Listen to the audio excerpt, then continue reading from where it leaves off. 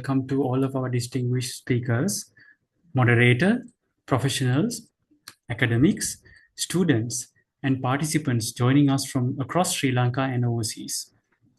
My name is Samantha Wickramasinghe, and I'll be your host this evening.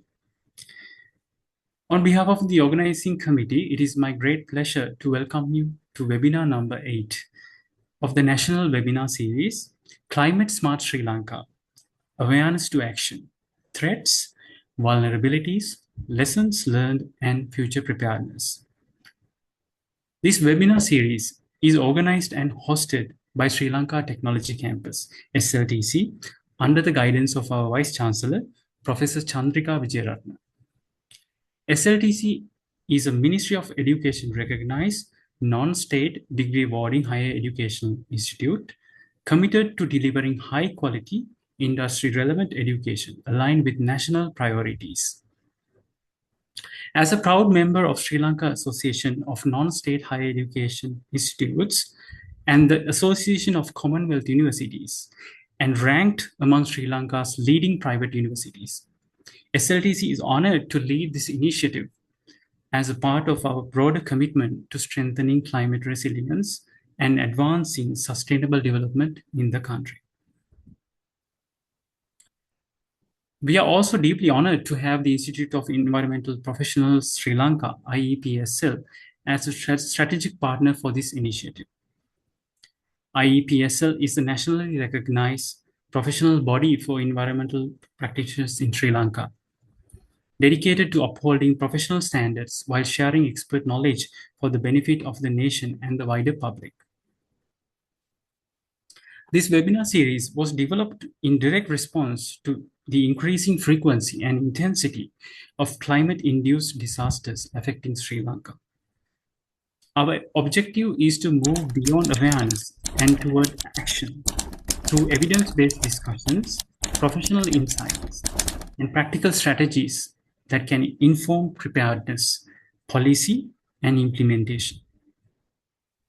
I'm pleased to highlight that the first 7 webinars of this series were conducted very successfully with strong engagement and participation, exceeding 300 participants in each session. This level of participation reflects the growing national interest and the continued relevance of the theme addressed through this forum. Building on this momentum, we are confident that today's session will further enrich and strengthen this important dialogue. This evening, the webinar series focuses on the timely and critical theme, link between transportation and disaster. During this session, we will explore how transportation systems both influence disaster risk and response and play a vital role in building climate-resilient, disaster-ready societies. We are privileged to have 2 distinguished experts with us today who will share their insights, research findings, and practical experience to enrich this important discussion. Dr. Chamod Hettiarachchi, Department of Civil Engineering, University of Moratuwa. Dr. Varuna Adhikariwattage, Department of Civil Engineering, University of Moratuwa. To guide and enrich this important discussion, we are pleased to have Professor Saman Bandara serving as the moderator for this session. Let me introduce Professor Saman Bandara. Professor Saman Bandara is currently serving as the Dean, Faculty of Engineering, Sri Lanka Technology Campus, and a Senior Academic Transport Specialist and Policy Advisor with over 4 decades of experience in transportation engineering, logistics management, research, and higher education development. He holds a PhD in transportation engineering from the University of Calgary, Canada, specializing in airport planning, and a Bachelor of Science honors in civil engineering from the University of Moratuwa. Over his academic career, Professor Bandar has held several senior leadership positions at the University of Moratuwa, including founding head of the Department of Transport and Logistics Management, head of the Department of Civil Engineering, first director of undergraduate studies Faculty of Engineering, and Director of the Center for Intelligent Transport Systems.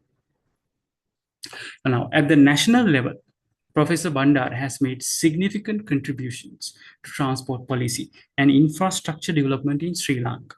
He has served as chairman of the Road Development Authority and as a board member of key national transportation institutions, contributing to strategic initiatives in road development, public transport, logistics, and sustainable mobility.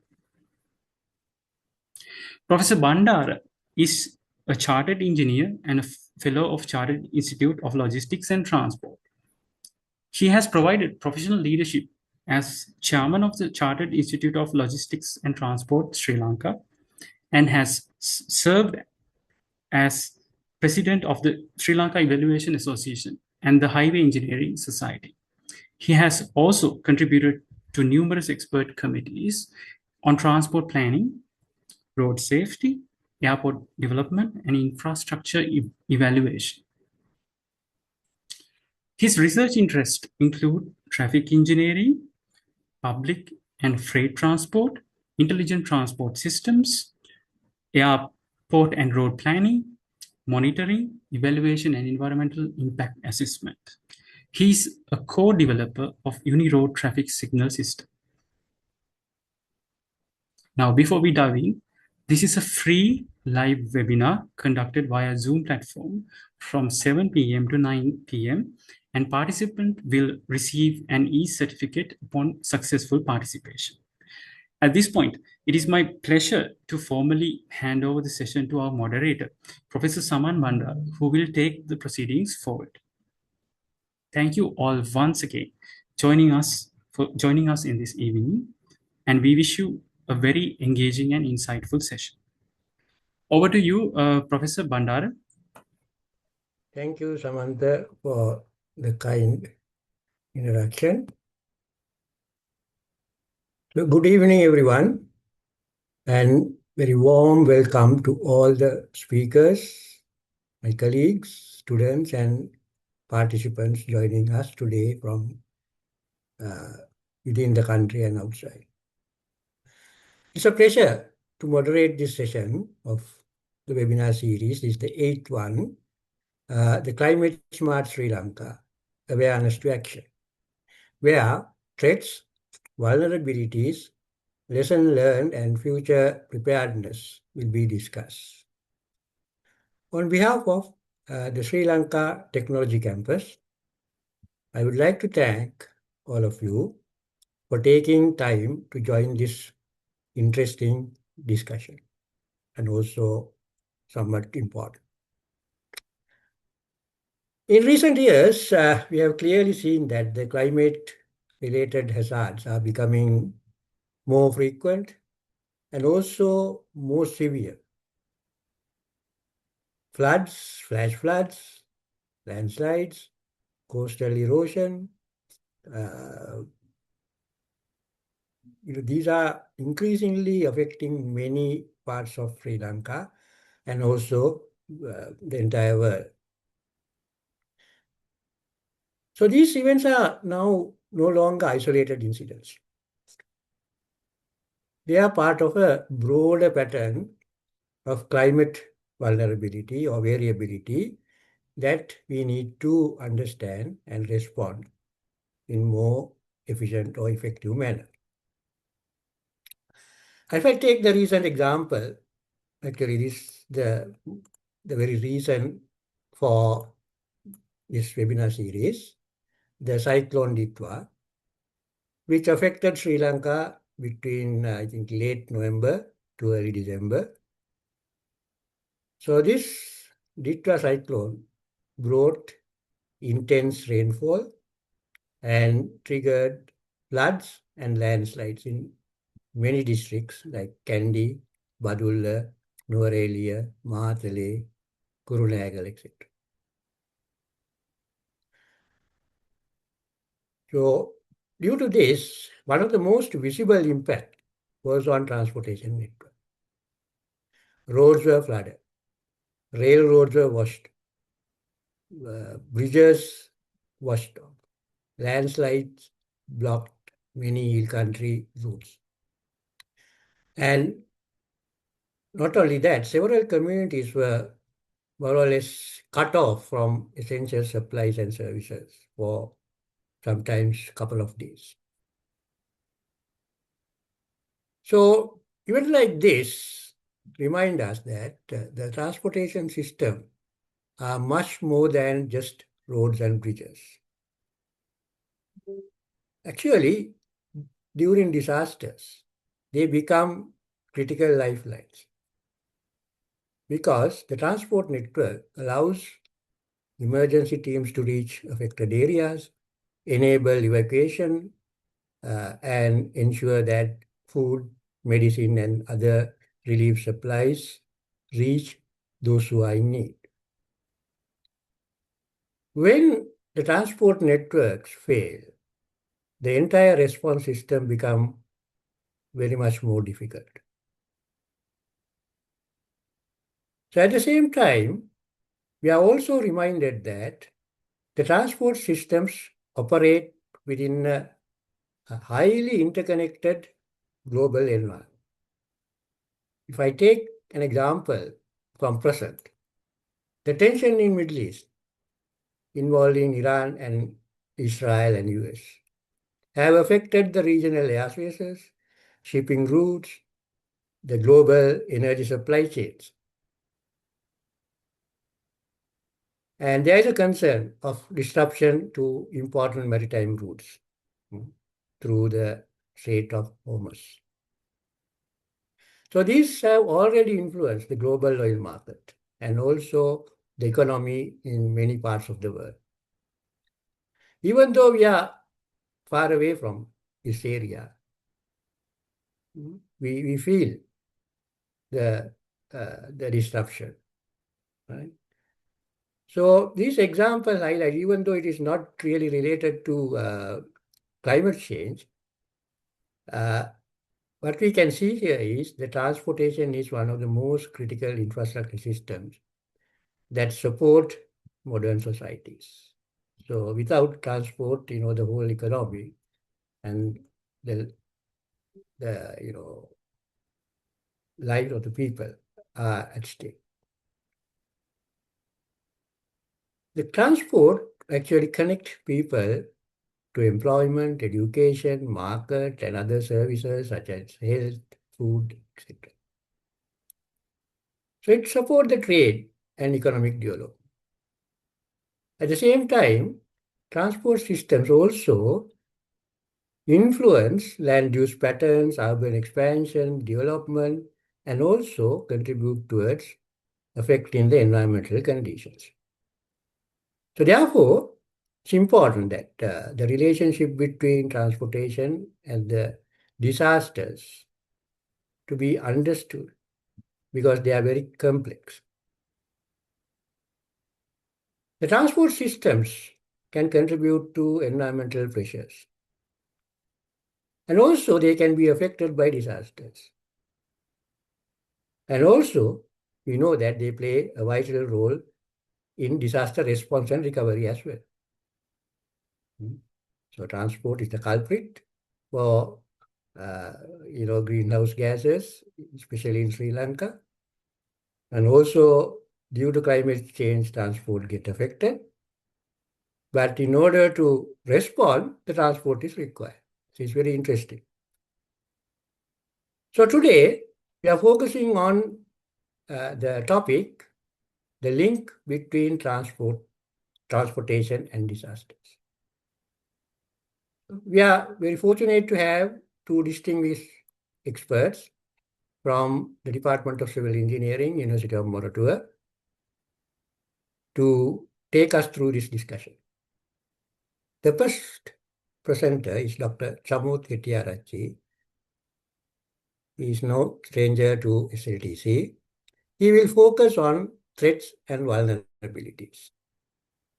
And he will discuss how cyclone-related hazards, such as heavy rainfall, flooding, wind, and all these natural calamities, affect the transportation. including road, railroad, bridges, etc. So I hope that he is going to highlight common failure mechanisms and the economic and social impacts that arise when transport networks are disrupted. The second presentation is by Dr. Varuna Adhikarivattage. He will take our attention towards preparedness and adaptation strategies. So he's going to explore how transport systems can be strengthened through improved design, resilience, planning, infrastructure, retrofitting, etc. Better integration and planning. So together, these two presentations will help us to understand both the vulnerabilities we face and strategies we can adopt to build more resilient transport systems.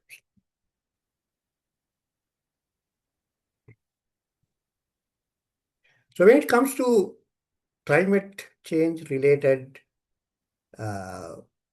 studies and reporting, it's very interesting.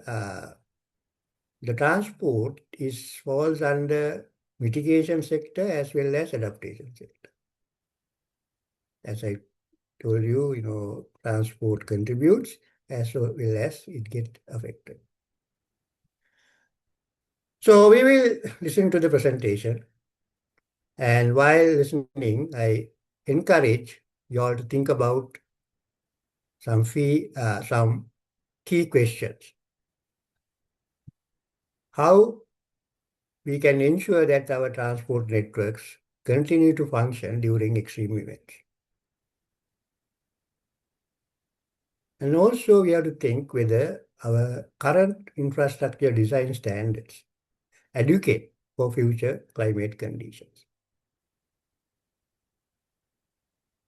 And also how we can, or how the transport planning, disaster management and land use planning work more closely together to reduce this risk. So as I told you earlier, these are very complex challenges, require collaboration from many disciplines and institutions. So the conversation like today, the discussion or the presentation will help us towards building that shared understanding. So without taking much time, now I will invite the first speaker, Dr. Chamod Hettiarachchi, to deliver his presentation. Dr. Chamod, the floor is yours. Yes, Professor Bandar, it's an honor to be in a panel moderated by you. We learned a lot from you back in our university days. And now together we are, I can see a lot of students in the attendance list. So it's a privilege for me to participate in this panel discussion. So I will share my presentation first.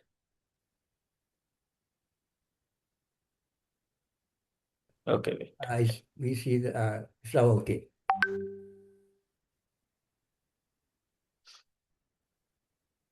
Yeah, you can go ahead.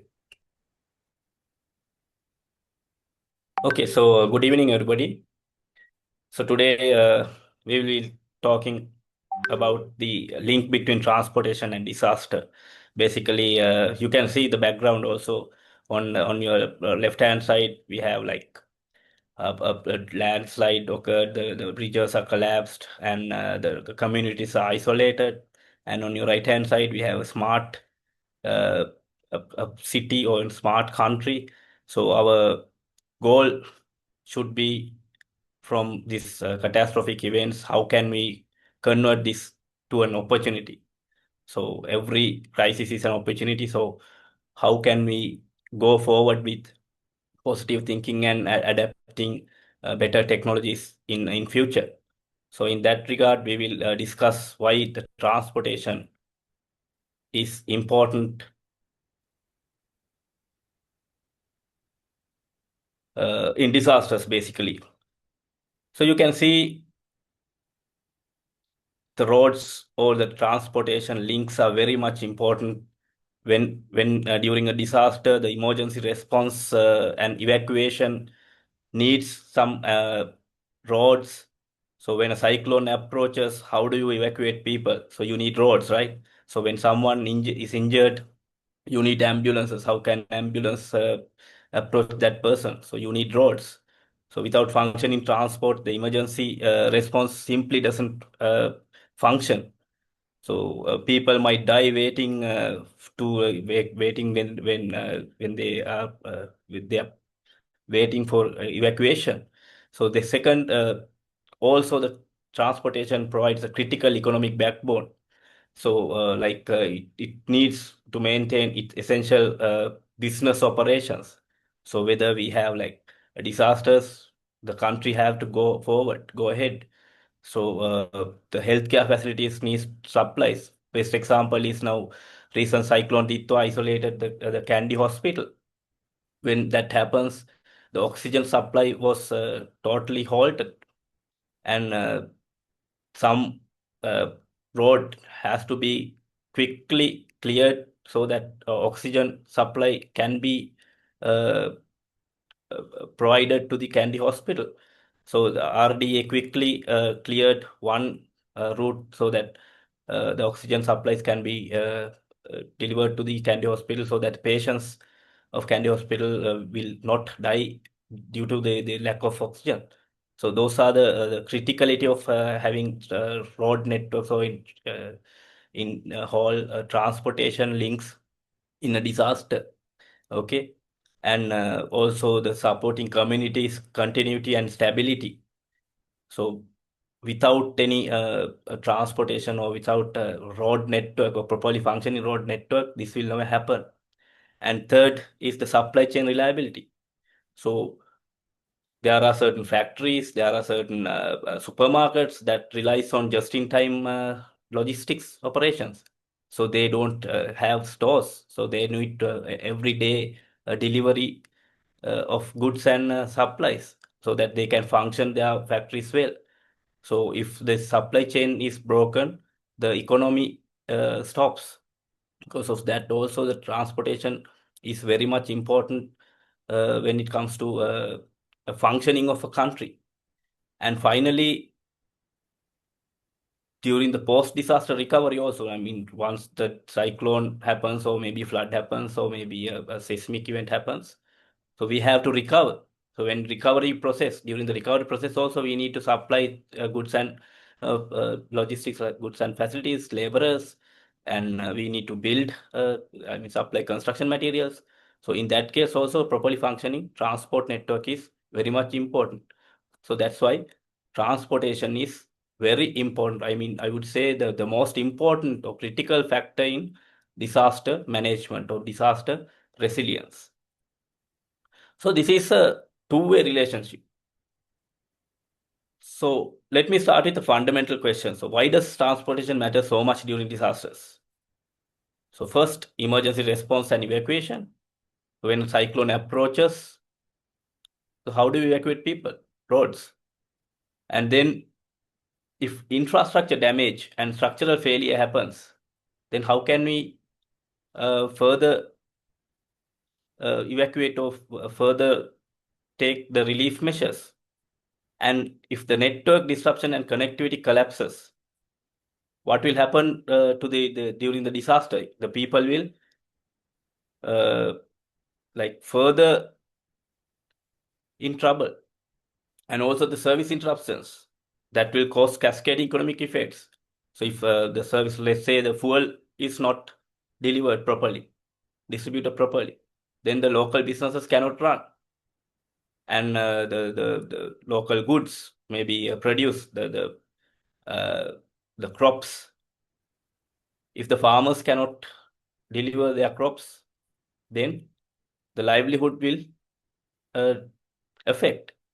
That's why it's very important that the disasters also impact transport, and also on the other hand, transport enables the response. So when this disaster happens, the evacuation routes, they save lives. And the relief logistics and supply chain continuity, they will provide important food items and also the sanitary items and medical supplies. And also the recovery operations will require the road network properly functioning, which will enable the economic restoration. Because of all these things, the transport gives a vital lifeline for a country to get back on its knees, on its feet when a disaster occurs. So in today's presentation, first we will go through what this cyclone Ditwah did to us. What's the impact on cyclone Ditwah, especially on transportation road network? Because you can see this presentation or this webinar series is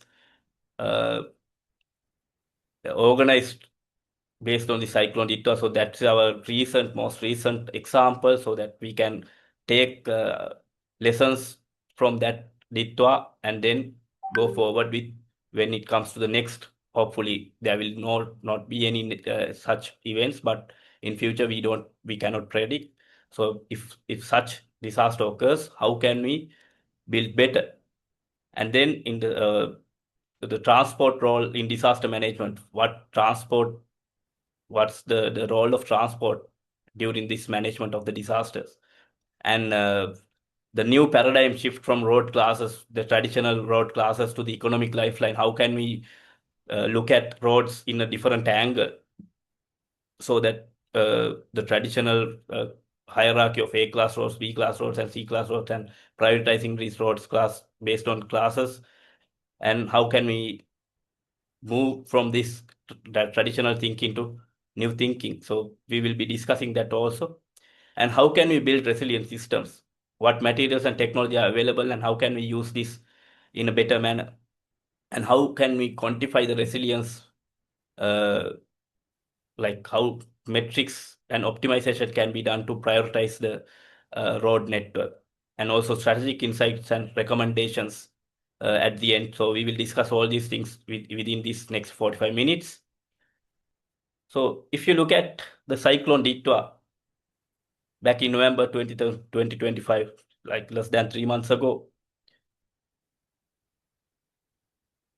that was the worst flooding in 2 decades. So I would say it was the worst flooding in more than 3 or 4 decades that Sri Lanka encountered. And not only the flooding, the catastrophic landslides also occurred in hill country, and all the 25 districts were affected, and 2.1 million plus people were affected. And state of emergency was declared, and 20% of the Sri Lanka land area was inundated extensively, 1.1 million hectares inundated, and most of the farmland were disrupted. The transport network was shattered, and power and water outages were there, and we all remember that. And there were several, catastrophic human deaths, like 400 plus deaths were confirmed, and there are still 336 plus missing. That means their bodies could not be recovered, and whole villages got buried. And I remember during December, we went to visit certain areas in Kandy district to evaluate the vulnerability of schools in Kandy district, and some of our team members visited certain schools, and the entire villages has been buried under. So the school is not functioning, not because it's in a disaster or a vulnerable area, but because of there are no villagers to go to the school. So that is the reality. And around 600,000 plus families were displaced. So that is the calamity, or that is the severity of this disaster. And to look at this better, we need to understand the response framework in Sri Lanka. So the response framework is basically based on the Disaster Management Act of Act number 13 of 2005, So there are key institutions relevant to transport. Basically, when a disaster happens, the emergency state of emergency is declared. The disaster management center becomes the most important uh, department or the institute. And under that, we have this Department of Meteorology, where they predict and forecast the weather and provides early warnings. And also the National Building Research Organization, where they evaluate the landslide. They do the landslide monitoring and slope stability. And basically, they are the authorized body to uh, issue warnings or issue recommendations on landslide in Sri Lanka. And then when it comes to roads, we have the Road Development Authority for roads. And when it comes to transport, then we have Sri Lanka Railways and maybe airport and aviation and ports authorities. I mean, if they are affected. But during this Ditwah, luckily the ports and airport was not affected, but the roads and the railway line was severely affected. So if you want to have effective disaster response, we need to have a strong coordination between these departments. So proper coordination will only get us out of this jail, I would say. So right now, what we are seeing is these departments work in isolation. But I mean, now the NBRO, rather NBRI, it is now it has become an institution. So National Building Research Institution and Road Development Authority are working together to reconstruct or rehabilitate the road network, and also the Disaster Management Center and Department of Meteorology. Now they are in working in coordination. But before a disaster happens, we need all these key institutions to actively participate and actively collaborate and work together to prevent disasters. So we cannot prevent, I mean, we cannot stop cyclones, but we can reduce the impact based on occur due to the cyclones. So when it comes to road infrastructure impacts, there were 206 major roads that were rendered completely impassable. That means totally destroyed. And there were more than 10 bridges were significantly damaged and destroyed during this cyclone. And over 16,000 kilometers of roads were isolated within the inundated area. That means those were flooded and exposing a substantial share of the network to floodwaters. That means the network in one location it was flooded, then the entire network is not accessible. And according to the government communications, this highway or road network restoration will cost us 190 billion Sri Lankan rupees. So to put this figure into the context, I would say in current context, for an expressway road kilometer, it will take around 8 to 10 billion Sri Lankan rupees per kilometer. So that means if this not happened, if we could have used this 190 billion to build 19-kilometer long expressway network. So that is the impact, or that is the opportunity cost that we lost because of the Ditwah. And then bridge and drainage infrastructure was severely affected. The best two examples are the sunken, this Yakkala bridge. It was collapsed. It was sunken, and also Nayaru bridge collapsed. So these are two of the two major bridges, and then the famous Yakapalamo or Devil's Bridge in Kandy that was tilted. Okay, so these happens because of the high velocity flows scour the bridge piers. Scour means it removes the underneath the soil under the bridge piers, and because of that the bridge can either tilt or collapse. Okay, and I mean, I'm not saying that we underestimated the design return periods, because we have not experienced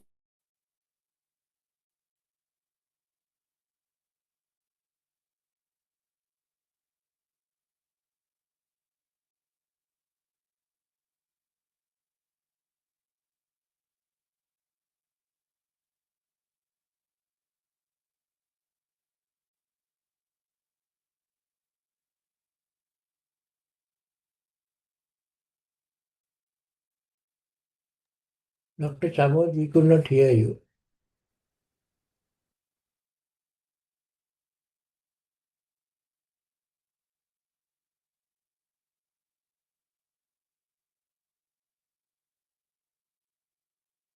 We have not experienced.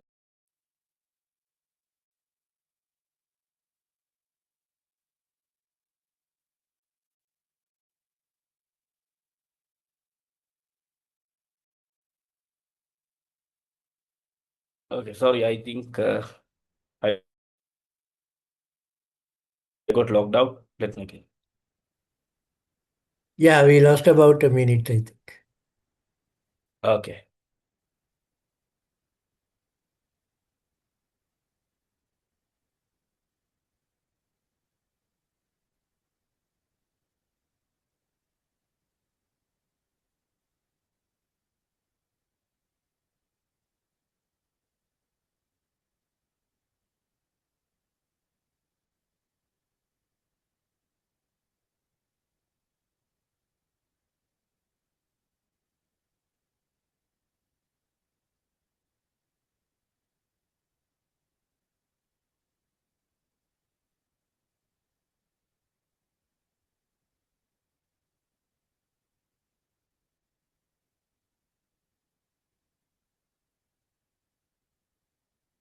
Okay, can you see my screen now? Still not is coming up. Okay, now it's okay. Go to the presentation mode. Okay, can you see it? Okay. Yes, yes. Okay, I'll go back to this last slide. So this is a good example of using spatial data to understand the severity of the damage. So this is an RDA map that I borrowed. So you can see in the central province, a lot of bridges are impassable. That means it's damaged totally and needs a major reconstruction work. But some of these green color bridges are already within 1 week they have recovered, they have rehabilitated, so those are passable. That means RDA had acted very swiftly to make sure that the collapsed bridges are not totally collapsed, but the damaged bridges are uh, passable or usable within 1 week. So that is the level of efficiency that we expect from all the organizations. And also these yellow color ones are uh, under construction by the time of this map is generated. So these impassable bridges, so that is our main issue when it comes to these kind of disasters. These impassable bridges create corridor severances, like major communities will be isolated because the bridges are the only uh, link between some communities and the other rest of the country. So when we uh, identify these critical locations, we need to make sure that these bridges should withstand uh, uh, a major flood events or major disastrous events. Or maybe we need to provide detouring or access roads that is bypassing these bridges.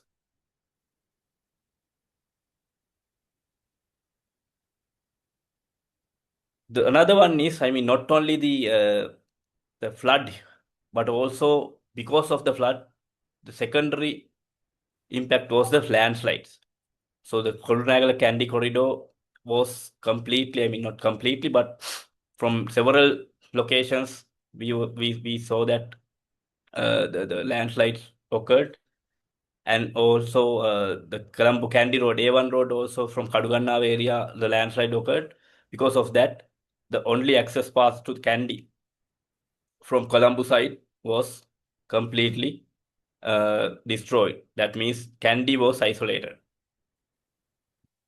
And the central highlands was most of the other roads, and the small roads were damaged due to heavy landslides. And some clearance operations exceeded 30 days, and still some of the roads could not be recovered.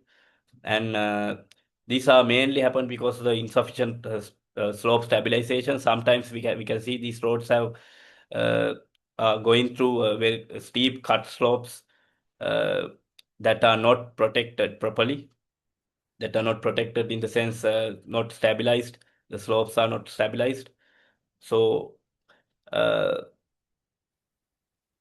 sometimes understabilized, maybe the gabion walls and the soil nailing, all these also damaged. You can see the top image. The protected slope also, the stabilized slope also damaged. So that means the retaining wall is not doing its job. And not only the roads, but also railway network was completely, I mean, the upcountry railway network was completely destroyed. So to put you into this, I mean, numbers, we had like 100,593 kilometers of railway network, but out of that, only 478 kilometers were operational. About 30% was operational, and less remaining 70% was not operational. And 278 kilometers of tracks exposed to flooding. That means it was completely inundated. And the Colombo Candy line severely damaged, and 39 power sets. That means 39 rolling stock trains were stranded island-wide. But ports and airports were not physically intact, I mean, not damaged mainly, but the access corridors were blocked, so that the virtually the airports and ports were not functional, because we could not take the produce or take the materials to the other sides of the country, even though the ports and airports were functional. So when it comes to Sri Lankan Railway, so the railway network in 27 to 29, almost all the country got a severe rainfall, and rail network was completely non-operational, and multiple trains were stranded, and they came up with a staged recovery plan, and they introduced units as track segments reopened. So their plan was to restore targets, I mean, restoration of 50% of the track by 2026 January. That means last the January month, they wanted to open 50% of the track. And by the end of February, they wanted to have 65% of the tracks. So this phased reopening prioritized the low risk corridors like the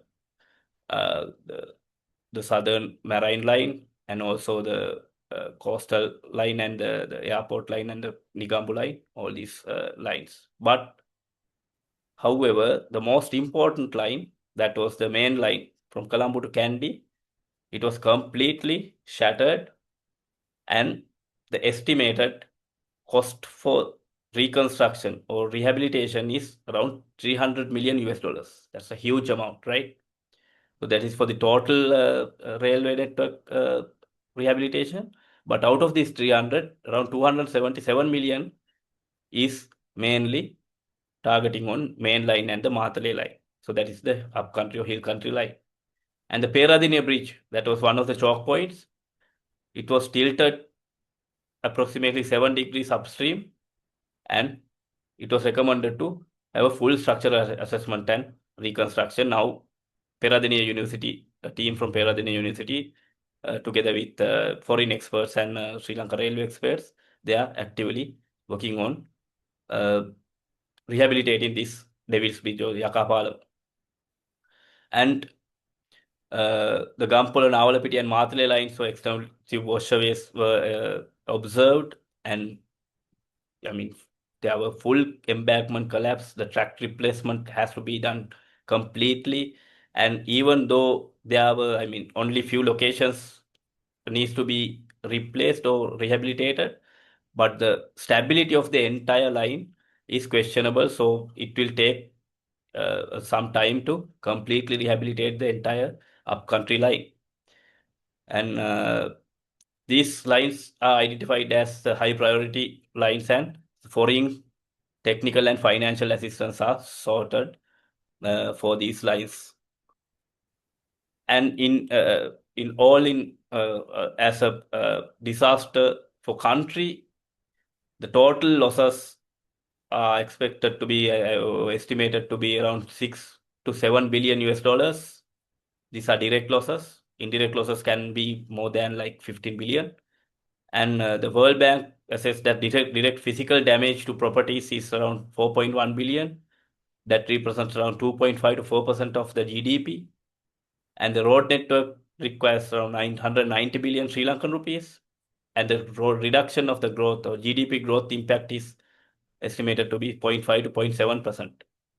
So the major hit was to the agriculture sector. So we are not going to talk about agriculture sector, but around 814 million US dollars of direct impact were observed in the agriculture sector, and indirect losses may be multiples of that.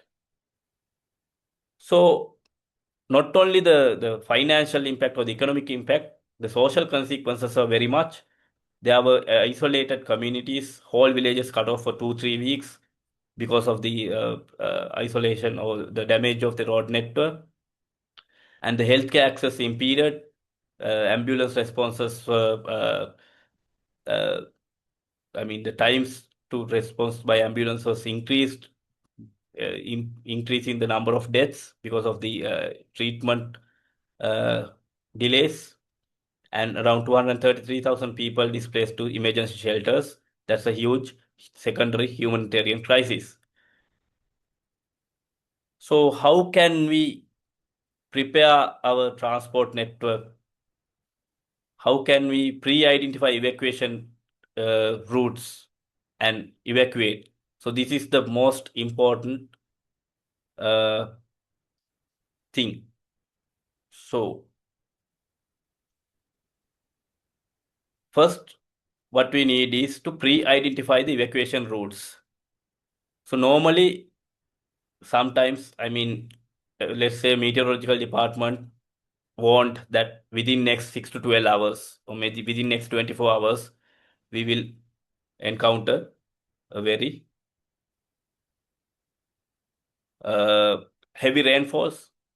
Then how transport agencies prepare for the evacuation. So first we need to pre-identify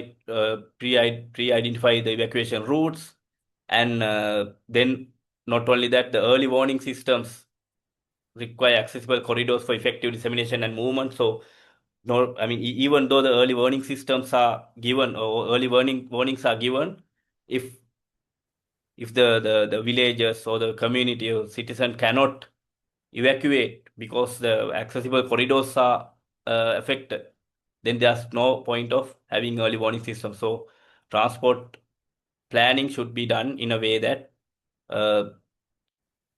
these disasters should be a key planning indicator, or key indicator when planning proper routes. So, for example, during Ditwah also we evacuated over 100,000 people in the initial phase, not in the upcountry, but in the low-lying areas like Kalaniya Kaduvel area, because we were able to predict, but many areas remain unreachable because the access roads were not functioning properly.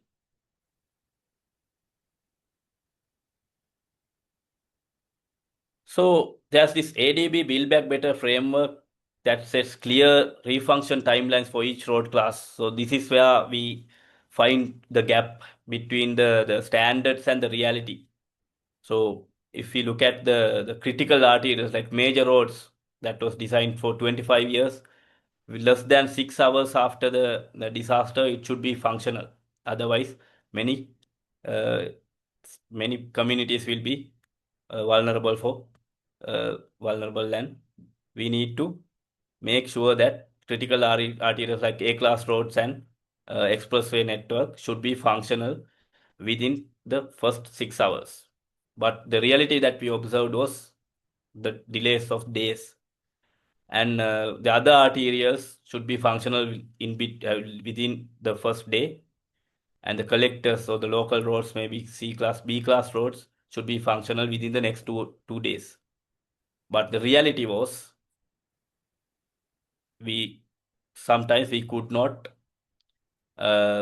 rehabilitate these roads. I mean, I'm not talking about complete rehabilitation, but at least we should be able to have passable routes. So remove the debris and make sure that roads are functional for the essential items to be passed. Okay.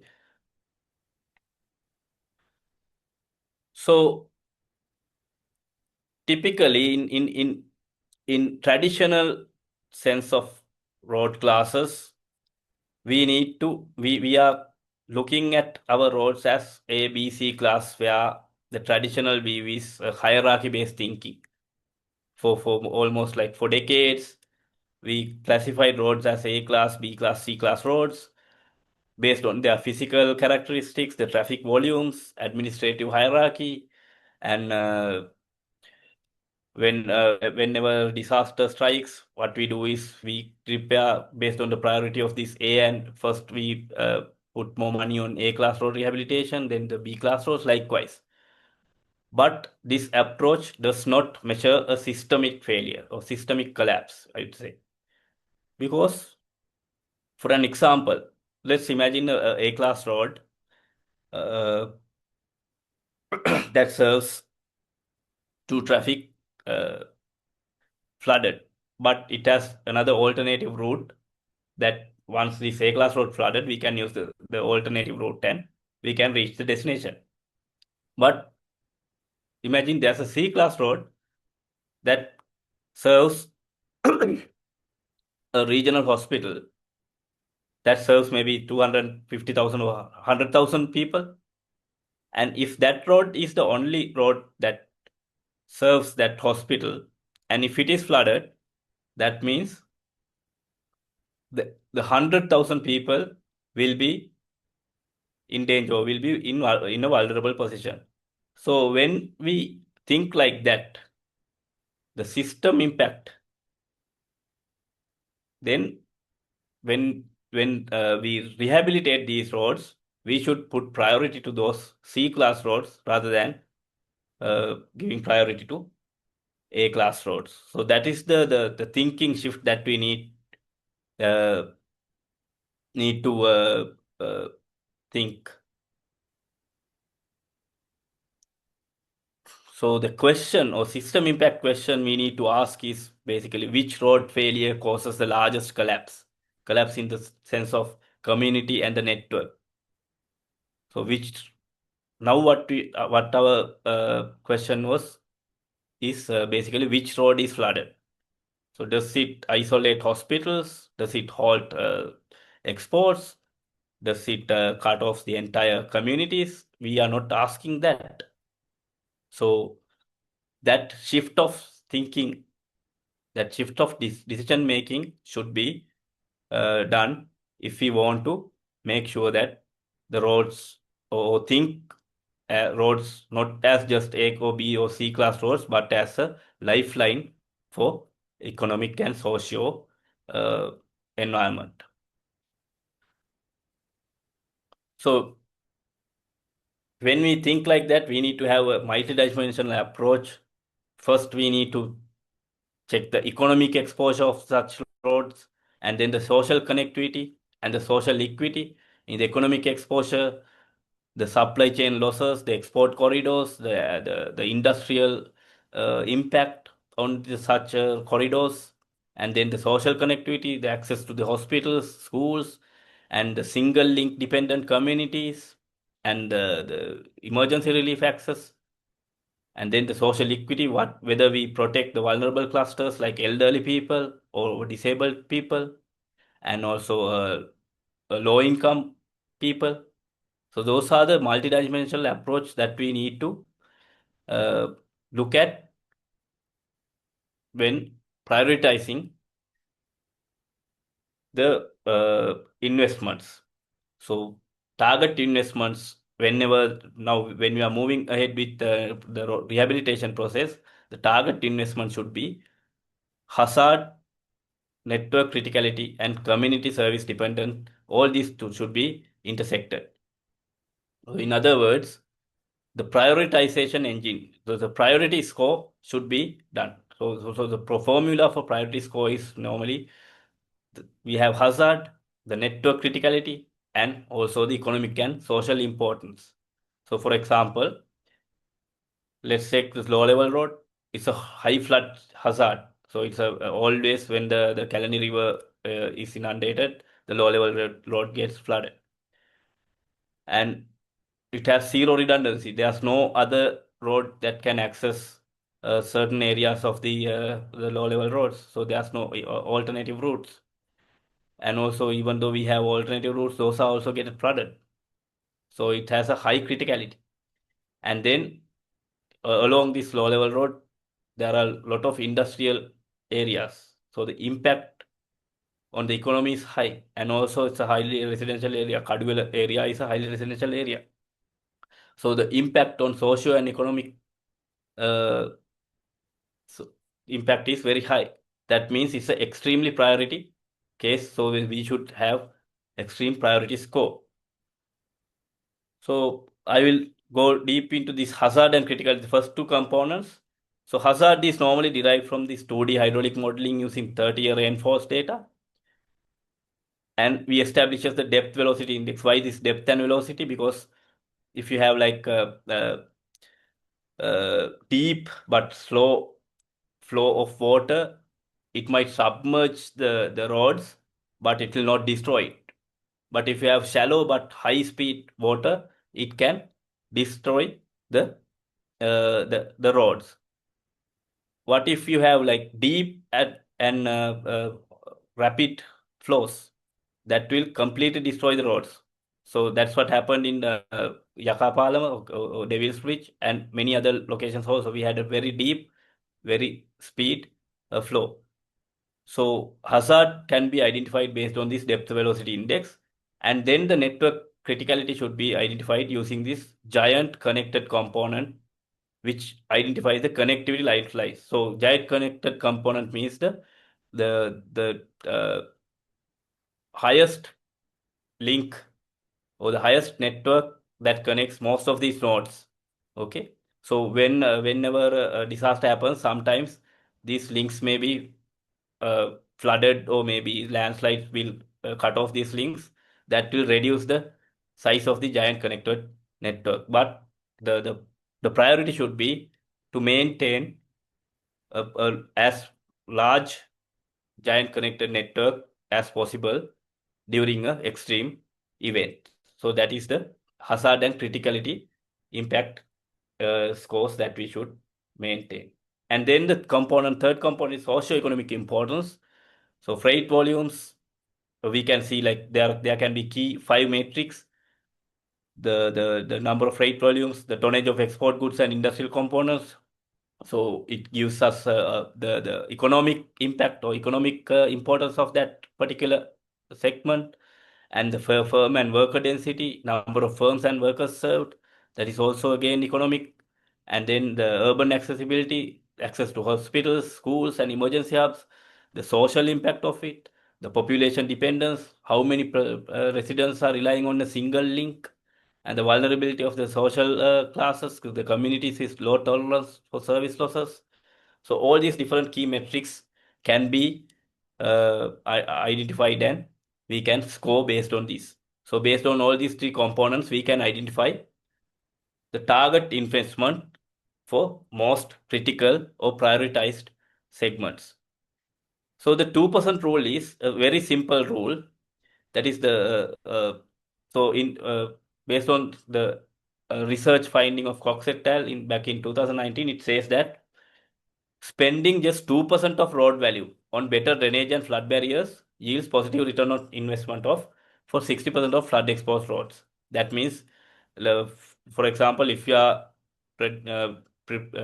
constructing a road worth of 1 billion rupees, 2% is just 20 million, right? So 20 million you can spend on improved drainage and flood barriers. You prevent damage costing hundreds of millions to repair and avoid economic losses reaching billions. So that means by just simply spending a little money, you can save a lot during a disaster. But initially, I mean, what we are not doing is, I mean, we try to optimize our capital funding as much as possible by simply trying to, uh, I mean, not focusing on these kind of drainage and flood barriers and all these mitigatory measures. But actually, if we can, I mean, not for all the roads, but at least we can prioritize based on the priority indexes. We can prioritize certain road segments, and then for those road segments, we can spend 2% extra and improve the proper drainage and the flood barriers and maybe landslide the slope stabilization methods, and then make them more resilient to disasters. Then that will give us better roads, more resilient roads that directs build back better reconstruction. So that should be our policy. So when we are building the roads back, we should not focus on just merely reconstructing, but we need to build it better. So we're building it better means we need to make sure that the reconstructed roads will not again uh, affected by the same kind of disaster. So that should be resilient enough. So the build back better, the recovery ladder is within first 3 days. We should be able to have temporary work so that the basic connectivity can be restored fast. That's what happens. I mean, RDA and other the Sri Lanka Army and all these people involved, they did this in a commendable manner. So they deployed Bailey bridges, they evacuated, they cleared the roads, and emergency detours were restored. So within first 3 days, we need to actively restore the basic connectivity. And the next one is the stabilization part. This is where you reopen most of the roads, but temporarily. I mean, it's not like you cannot restore it completely, but at least temporarily you restore, stabilize the social and economic activities by maybe temporarily providing better access. And then the third stage, we are still in the stabilization part. Within maybe couple of months, it takes maybe 5 to 6 months. But after 5 to 6 months, we need to have permanent resilience. That means we need to build back better. We need to provide upgraded drainage, the scour protection when the proper new bridges are built, and the materials that we should use should be improved materials. We should always design for higher design return periods whenever needed for critical locations. And we can reopen critical corridors first, like the phased in a phased manner. And we can, I mean, that RDA bridge map can be a better example for that kind of approach or strategy. And we can combine temporary works with parallel permanent design so that we can slowly and steadily build the road network back to in a better manner, basically. So by this Ditwah, it exposed the uh, the current state of affairs of our roads. We had inadequate drainage. The design capacity of 1 in 25 years events exceeded, and the maintenance were not. I mean, we all know that our roads are not properly maintained. Years of underfunding, this accelerated deterioration. So our roads could not withstand a small, I mean, this kind of flood, and there were not insufficient scour protection. Bridges were not monitored. The foundations failed, and the slopes were not stabilized properly. There were lack of bioengineering and mechanical reinforcements on critical areas, especially like Kadugannav area. So those were the key infrastructure failures that we observed that gives us a proper understanding about where our road network is and what are the lacking areas in our engineering basically. And not only that, but also now we are in traditional way, we design our roads for or maybe culverts or bridges for a basic traditional maybe 50-year return period or 100-year return period. So for roads, basically 25-year return period. But you can see from this graph that when the global warming levels increase by 4 degrees of Celsius, the return period of an event is the event intensity increases. That means if earlier it was 100-year return period, now that same 100-year return period might occur in 30 years time. 50-year return period of event, 50-year return event will occur every 25 years. So 25-year return period will occur every 10 years time. So that means we have to update our design thinking or design strategies. And these are called low regret investments. So by like improving the design period or increasing the design period, we can widen the culverts, increase the opening sizes of the drainage structures, so that maybe it will provide, I mean, it will cost a little bit, but once these return periods occur frequently, we will have a resilient infrastructure. Because the climate uncertainty is too high. We don't know. I mean, back in, I mean, maybe 20, 30 years ago, we will be, maybe we could be able to predict the next return period. But right now it's very unpredictable and this uncertainty is too high.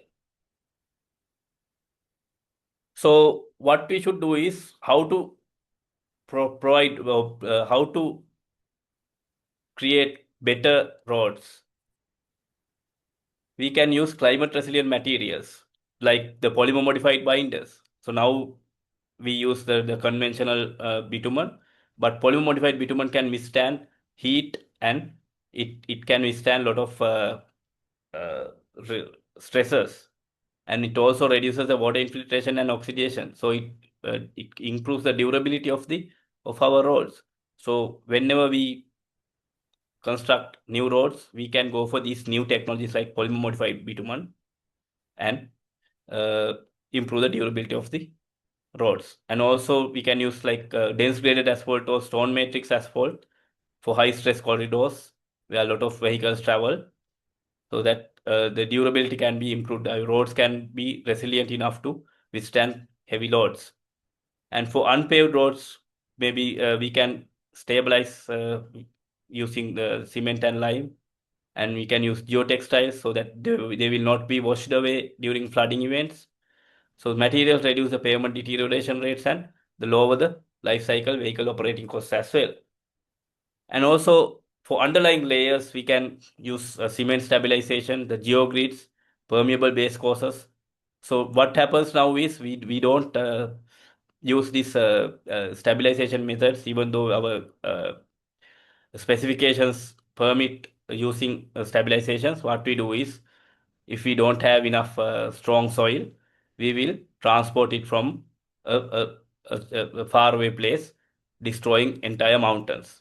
But what we can do is we can use these stabilization techniques and use weak soils and improve their strength and use it for our roads. Okay. And also you can use this subsurface drainage and French drainage to take the water away from slopes, so that the slope stability can be maintained properly, so that landslide will not occur. And the cross slope optimizations and geotextile separation to prevent fines migration. The fines will not removed and the roads will also roads will not be damaged by improving the base and sub-base technology. That means underlying layers of our roads. And also we can have these flood resistant surface treatments. Like these are very cost effective methods. We can use DBST, chip seals, the microsurfacing, fog and sully seals to waterproof these surfaces, and very economically friendly methods. And This will improve the pavement life cycles or road life cycles, maybe up to 7 or 10 years, depending on the type of the preservation method that you're using. But instead of reconstructing using huge amount of money, we can use these kind of maintenance techniques to improve the durability of our roads. And also we can use the hot mix asphalt overlays. And if the road is inundated, I mean frequently getting flooded, then we can use this reinforced concrete for these critical segments, because concrete is more durable than asphalt for flood areas or inundated areas. Then we can use these bridge and culvert material solutions like scour resistant foundations, where it will resist the scouring effect and make sure that the bridge piers are not impacted due to extreme flooding. And also culverts can be doubled. The size of the culvert can be doubled, so that double the return period, it can withstand the return period of maybe higher return periods. And you can use precast reinforced concrete culverts, so these HDPE pipes, when if differential settlement is a concern, so that it will not damage the pavement and it will not damage the culvert structure as well. Not only this, but also planning and policy should be pretty much important. Whenever we are planning our roads, we need to understand the roads as a network, not as individual isolated corridors. So the entire network, the critical corridors should have at least one alternative. That means redundancy should be more than two. That means at least two roads should be provided for critical corridors to prevent loss of access to communities. And as I mentioned earlier, it should be multi-hazard risk assessment. We should be able to like overlay we should not only focus on flooding, not only focus on landslides or seismic hazards. We should always check for all these three events together. We can use GIS maps, the flood maps, landslide maps, and seismic hazard maps, and overlap all together, overlap all these different hazards, and then we can understand what are the critical locations where we need to put some focus on. And then again, the data-driven prioritized maintenance. Whenever we maintain our roads, we should always maintain not only based on this traditional ABC kind of road thinking, but also we should have a proper priority score and the use of proper road asset management softwares, which predicts the road conditions based on the maybe disaster resilience, maybe the aging mechanisms or whatever, the traffic conditions. So those softwares can predict our road conditions in future, for future maybe next 5 years, 10 years, 20 years time. And then we can have a technically and scientifically sound maintenance strategy. And also create a national transport resilient fund and mandate climate resilience audits for large projects. So every large project should have a climate resilience audit. The climate or the hazard risk should be identified. And also for road projects, maybe we can use that what do you call this green gas emission test, the funding or emission test. From that emission test, we take some price of from fees from each vehicle. So part of it can be diverted to this transport resilient fund, and that fund can be utilized for improving the our roads for climate resilient. And then we can use like pavement condition monitoring using smartphones and the vehicles, condition monitoring vehicles, smartphone sensing and crowdsourcing measures to IRI and detect early defects of the roads and then act accordingly.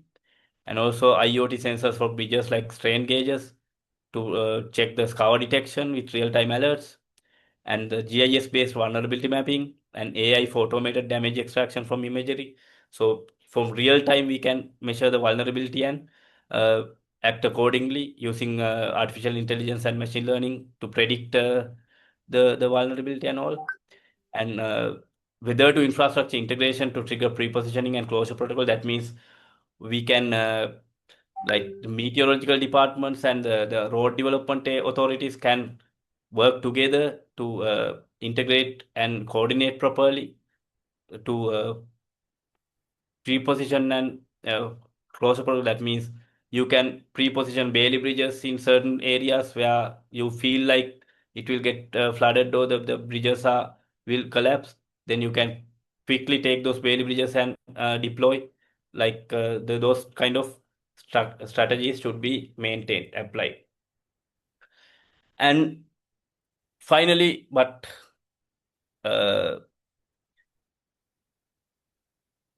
not least, there are three insights we need to think the transportation resilience as the foundation of national disaster resilience and sustainable development. If the transportation network is collapsed, the entire economy and the community will be collapsed. So the transport is the lifeline of a country, and we should always think of it and prioritize the transport network. And then we need to shift from the asset centric to system centric, as I said earlier also. In asset centric, we will only look at roads as A class roads, B class roads, or C class roads, and then how to monitor, how to manage these roads. But when it comes to system centric, we measure the connectivity outcomes based on this giant connected component and other community access and all these priority ranking, and then we can plan the network properly instead of using this traditional approach. And every rupee spent on resilience protects 10 to 15 rupees of economic activity, and it prevents human isolation. So resilience is the key. Not only we should not only focus on just building roads, but we should build resilient roads or resilient transport networks. So in conclusion, transportation networks, those are not just infrastructure, they are the lifelines of a country. As you can see in the image, the center of the image is a transport network that it provides evacuation routes, emergency response, and the climate smart and sustainable infrastructure. It provides economic stability to the country, and also recovery. We need a proper transport network. And during disasters, the transport systems enable evacuation and emergency response and also recovery. And the cyclone Ditwah exposed critical vulnerabilities in our infrastructure. So we must build resilient systems in a better way to protect lives, but also not only to protect lives, but also to make the lives of communities better, and to ensure that the Sri Lanka is a climate smart country. And strengthening the transport infrastructure is very much essential for national resilience. And we sincerely hope that in future we will not encounter such disastrous event. But if happens, we cannot predict the nature. But if such happens, we should be able to be resilient. We should build our country resilient enough to withstand such disasters in future. So thank you very much. I would like to acknowledge my research assistant, our postgraduate student, Engineer Samuchita Ranasinghe, who provided a lot of key information to prepare this presentation, and also the Transportation Engineering Division of University of Moratuwa. And thank you for listening, and we can have a fruitful conversation, discussion session later. Thank you. Thank you, Dr. Chamod, for this very interesting presentation. You highlighted how important the transport infrastructure is, and also how it connects with the economy and the society. And when it comes to the rebuilding or recovery ladder, how we can prioritize them, and also importance of maintenance and new techniques and tools we can use to make the infrastructure more resilient, and also use of information, that is real-time data and other information that we can gather to make us prepare for for any disaster situation. There's a question, how can real-time data, AI, and smart traffic systems improve evacuation efficiency? I think part of the answer was given. In my opinion, when it comes to evacuation, all these things will not be there. And you have to have a plan. And you have to execute the plan. We will do a discussion later on.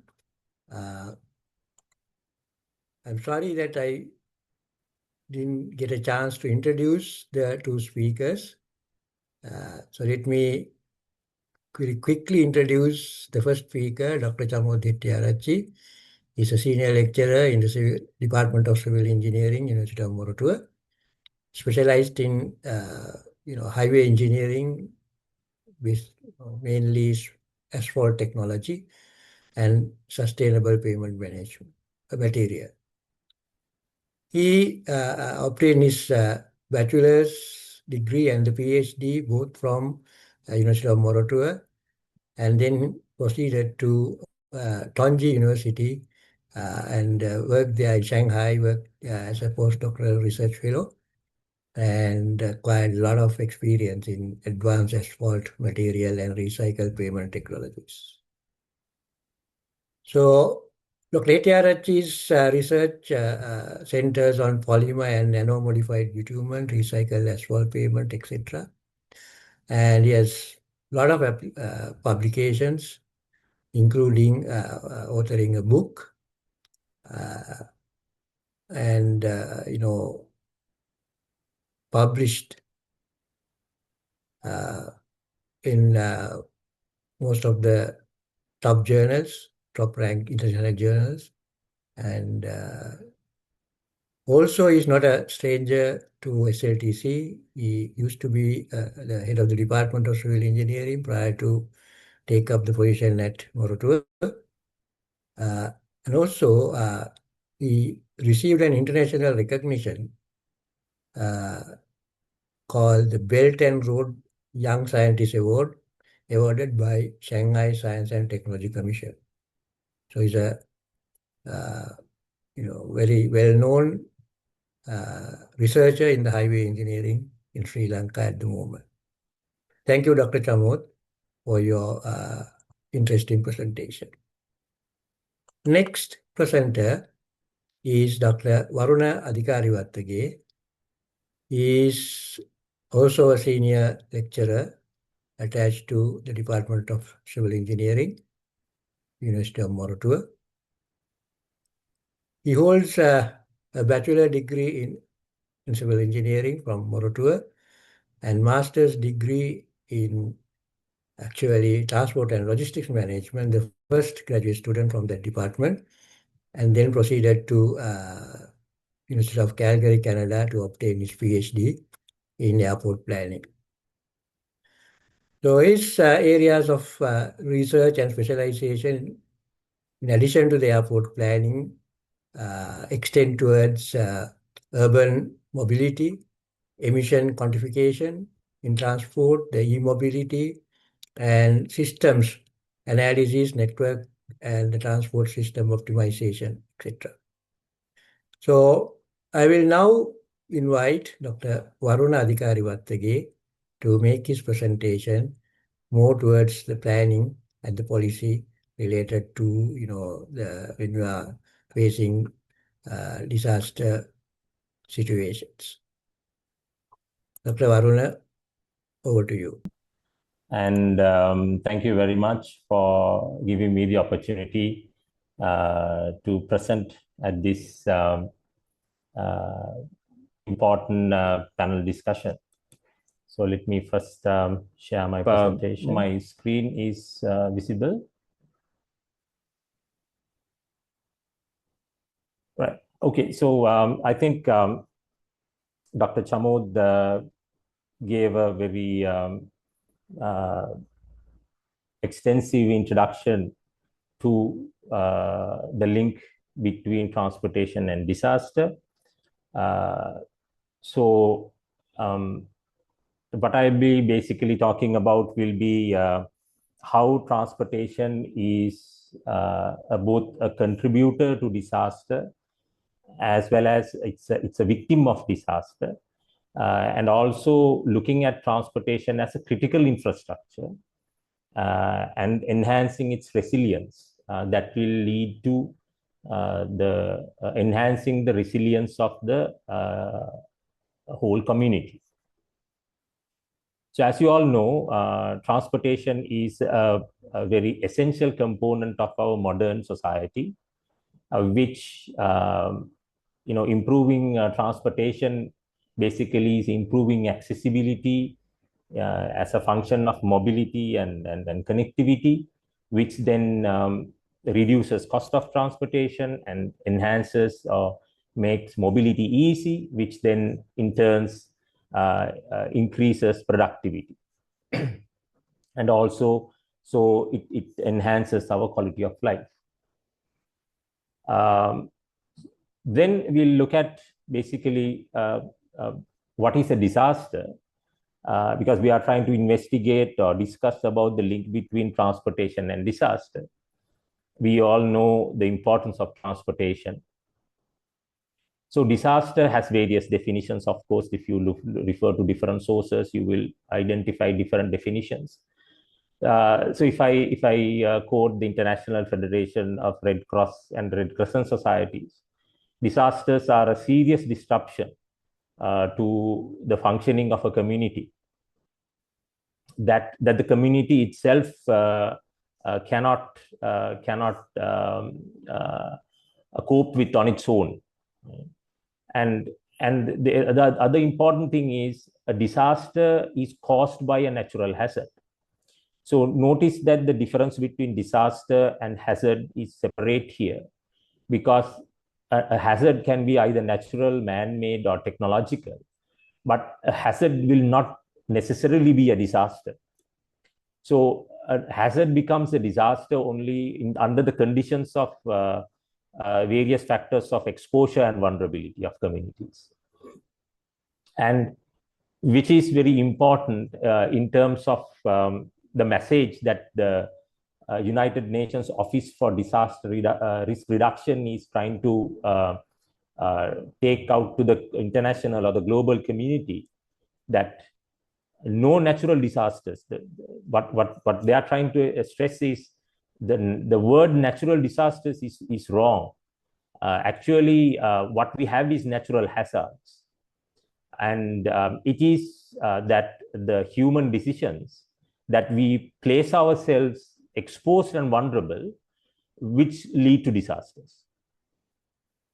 So which is very important in terms of transport planning, that we look at the vulnerability and exposure in terms of minimizing disaster risk.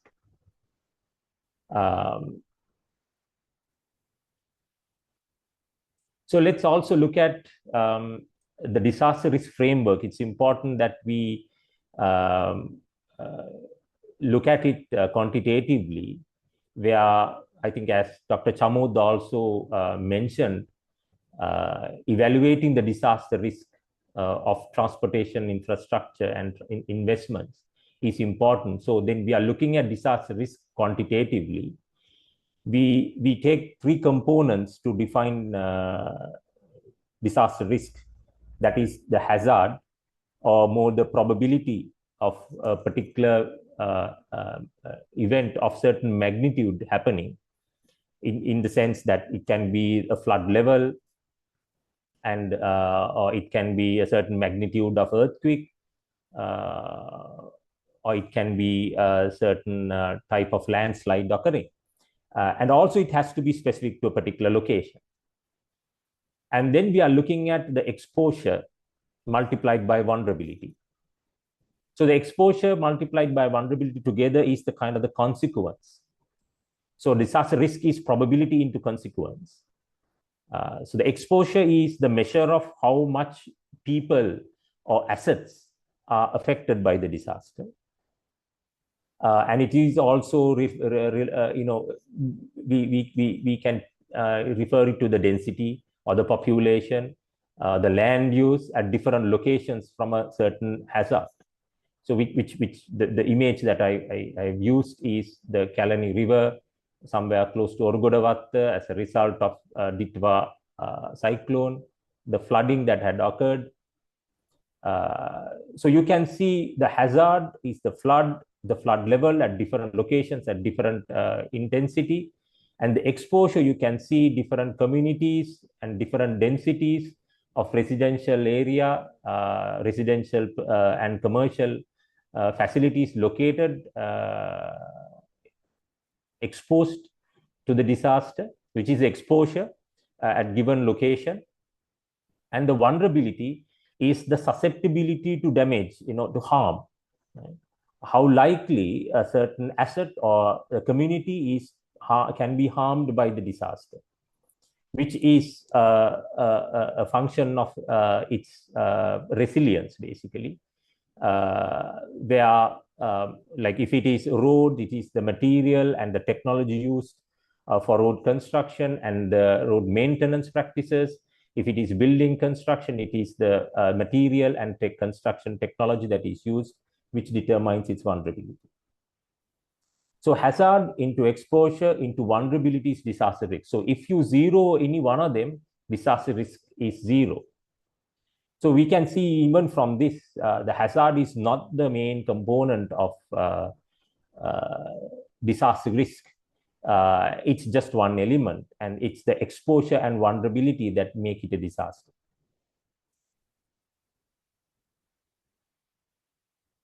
Okay, so now we have talked about transportation is important. We all know that, and we know what is disaster risk. And now it's time to look at the link between transport and disaster. So in my presentation, I'm going to look at transportation as both a contributor to disaster, how it contributes to disaster. And also, I would like to look at transportation as a critical infrastructure that is essential for the community well-being. And then I would like to look at transportation as a key enabler of disaster response. Okay, so how does transportation contribute to disaster? It contributes in many ways. One of the very common ways that all of us know is its indirect influence to disaster via climate change. So climate change is happening, and it is real, and which has a lot of implications towards disasters, the probability of disasters, the frequency, as well as its magnitudes. Which there are a lot of discussions, a lot of information is out there on how climate change is impacting disasters. I mean, just to name few, storms and hurricanes are intensified because of warmer ocean temperatures. and flooding is intensified because of heavy downpour or rainfall, as well as impervious land use is also causing floods and intensify flooding, and droughts are increased, so on. So that's a long list of impacts due to climate change. Now, the link between climate change is global warming, and which is caused by greenhouse gas. And then we have the transportation playing a role in greenhouse gas emission. So as you can see, transportation is one of the key contributors to greenhouse gas emission. It's only second to energy production in terms of greenhouse gas emission. And in terms of the share by transportation, majority is contributed by land transport, followed by aviation and shipping. So, so this is in fact a long-term impact of transportation towards climate change, and then its indirect effect on disaster occurrences. So, yeah, this is something that I came across when I was fact-finding for this presentation. You can see how real the global warming is. Unabated global warming can increase global temperatures somewhere close to 2 to 3 degrees Celsius compared to pre-industrial levels, where global initiatives like Paris Agreement is there to push the signatory nations to curb emissions, as well as try to keep global warming at acceptable levels, that is around 2 Celsius or 1.5 Celsius compared to pre-industrial levels. So you can see here somebody who is born around 1980, where I stand, will be 70 years by 2050, and unabated we are experiencing severe global warming conditions. So you can see how serious this global warming issue is, and which is on the other figure which I wanted to highlight is its impact on disaster occurrences. So transportation is playing a key role in global warming and then causing disasters. So if we come back to our disaster framework, disaster risk framework, the global warming aspect is increasing the hazard probability as well as its magnitude, which has a direct impact on disaster risk. And another externality of transportation which contribute to disasters is urban sprawl, or in other words, alteration or degradation of the environment. Urban sprawl, as we all know, is low density outward expansion of cities, which is mainly caused by car-centric. It's one of the contributors is car-centric transportation planning, which makes long distance commuting or traveling low cost, and which expands cities outward and an unplanned way. So therefore, cities have expanded into marshes or wetlands and flood-prone areas by replacing natural landscapes with impervious surfaces. Sprawl disrupts ecosystems and concentrates population in high-risk areas, right? So which amplifies effects of climate-related hazards. So you can see how urban sprawl is affecting disaster risk. It is increasing exposure. So it is placing communities at harm's way, where they are much closer to hazards like flooding events, where cities have pushed towards and pushed outwards, consuming more land, and even placing communities at harm's way. And also it is increasing vulnerability in terms of evacuation and creating congestion and inadequate evacuation provisions, and trapping communities, and also inadequate and also being cut off due to flood events. So disaster risk is increased in twofold in terms of exposure and vulnerability. Another effect of transportation that enhance disaster risk is deforestation. So transportation facilities or infrastructure planned where previously undeveloped areas cause deforestation, as well as it has a multiplicative effect where the infrastructure itself is acquiring land, and the attractiveness it generates to land adjacent to the facility creates, attract settlements and industrial activity, which further enhance deforestation or further accelerate deforestation and disturbance to natural soil, which enhances events like landslides.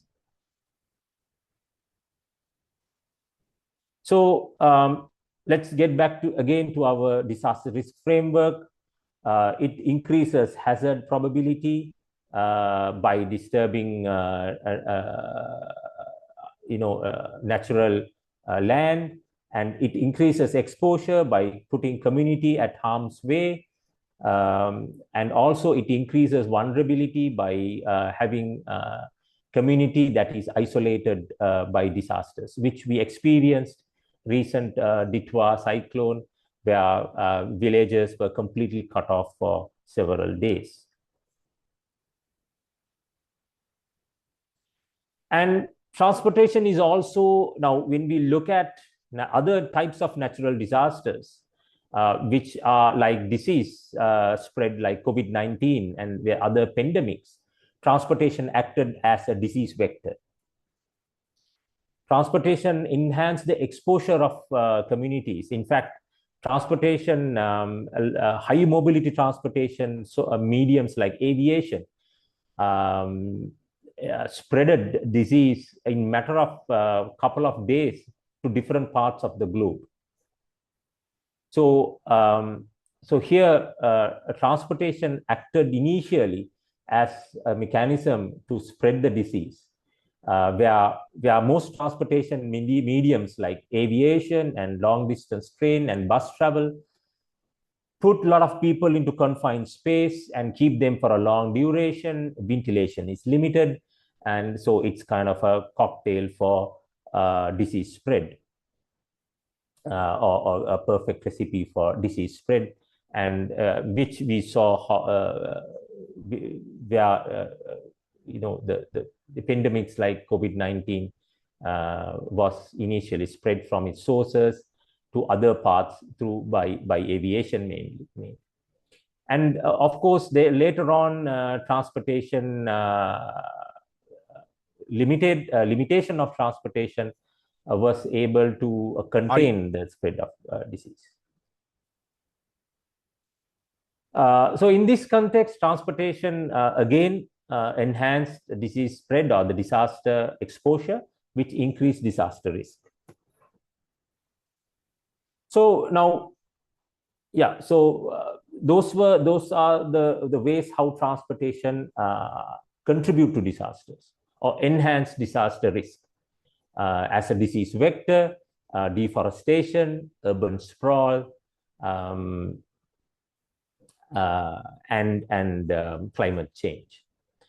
Then we are looking at transportation as a victim of disasters. So, which I think Dr. Chamod's lecture, Dr. Chamod's talk highlighted numerous instances and gave a lot of examples of how Cyclone Ditwah damaged the transportation infrastructure in central Sri Lanka, and its impact on communities. So I'm identifying this impact of disaster on transportation networks in three ways. One is the primary impact, which we saw readily just after the disaster, where immediate physical consequences, links being cut off, nodes being isolated, and road surfaces being damaged, and so on and so forth. And then you have secondary impacts, which are caused due to those physical damages, where you have to shift operations, and which causes additional impact, negative impact to the community. And then you have the territorial impacts or third level impacts, which is long term and which spreads over a larger territory, such as land use changes, as well as increase in transportation costs related to those communities. So if I a little bit elaborate on the primary impact, one of the obvious impact is road closures, partial or full closure, which we experienced in the disaster that happened recently. Landslides, flooding, and severe damage road surface completely made completely cut off roads and rendered them unusable.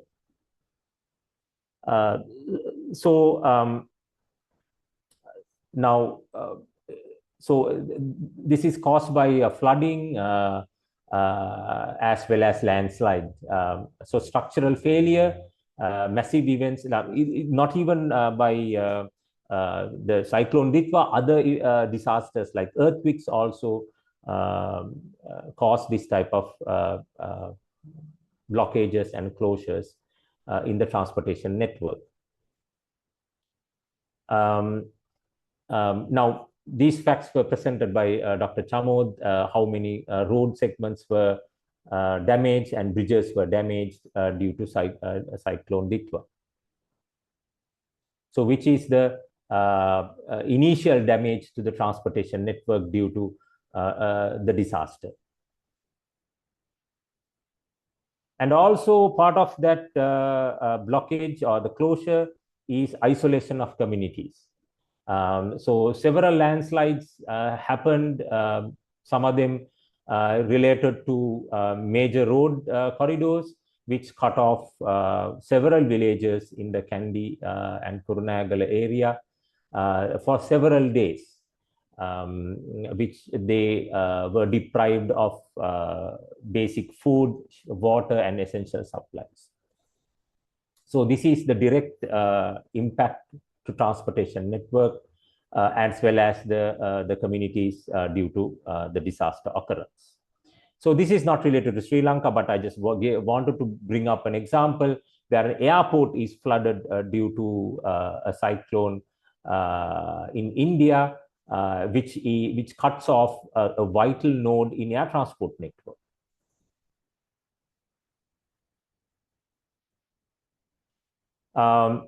As part of physical damage, again, not so visible as link closures and link damage, subsurface degradation is also prevalent, where weakening of subgrade and water infiltration causes degradation of roads and infrastructure and bridges, which deteriorates and which accelerates their deterioration. It may not be obvious firsthand, but then the deterioration becomes accelerated, which requires extensive rehabilitation afterwards. And the disasters, the physical consequences also includes damage to auxiliary infrastructure, not only the traveling surface, but also other road infrastructure and other important elements like drainages and culverts are affected, and which needs to be repaired for safe operations of the transportation system. And then we will look at what are the secondary impacts of disasters on transportation infrastructure. Now, the primary or the the primary impacts are more visible and it's immediate, like road closures, damages to infrastructure.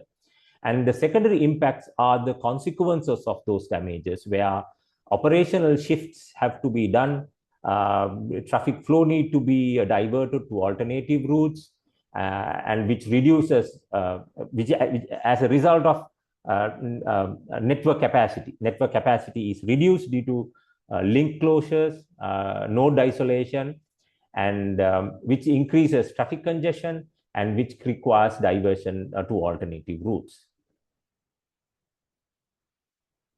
Yeah, the same thing where we have link closures. What happens is immediately after the disaster, normalcy have to return, and bit by bit traffic starts to flow. However, the network capacity is not at its original level, and the remaining or surviving links have to carry loads that are exceeding its design capacity, which results in congestion.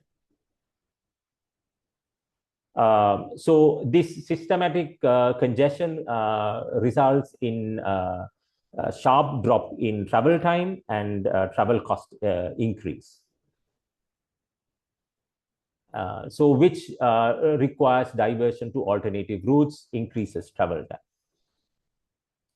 So which then creates a lot of inefficiencies, like path inefficiency. Road users are forced to explore alternative paths that may be physically longer than the original routes, right?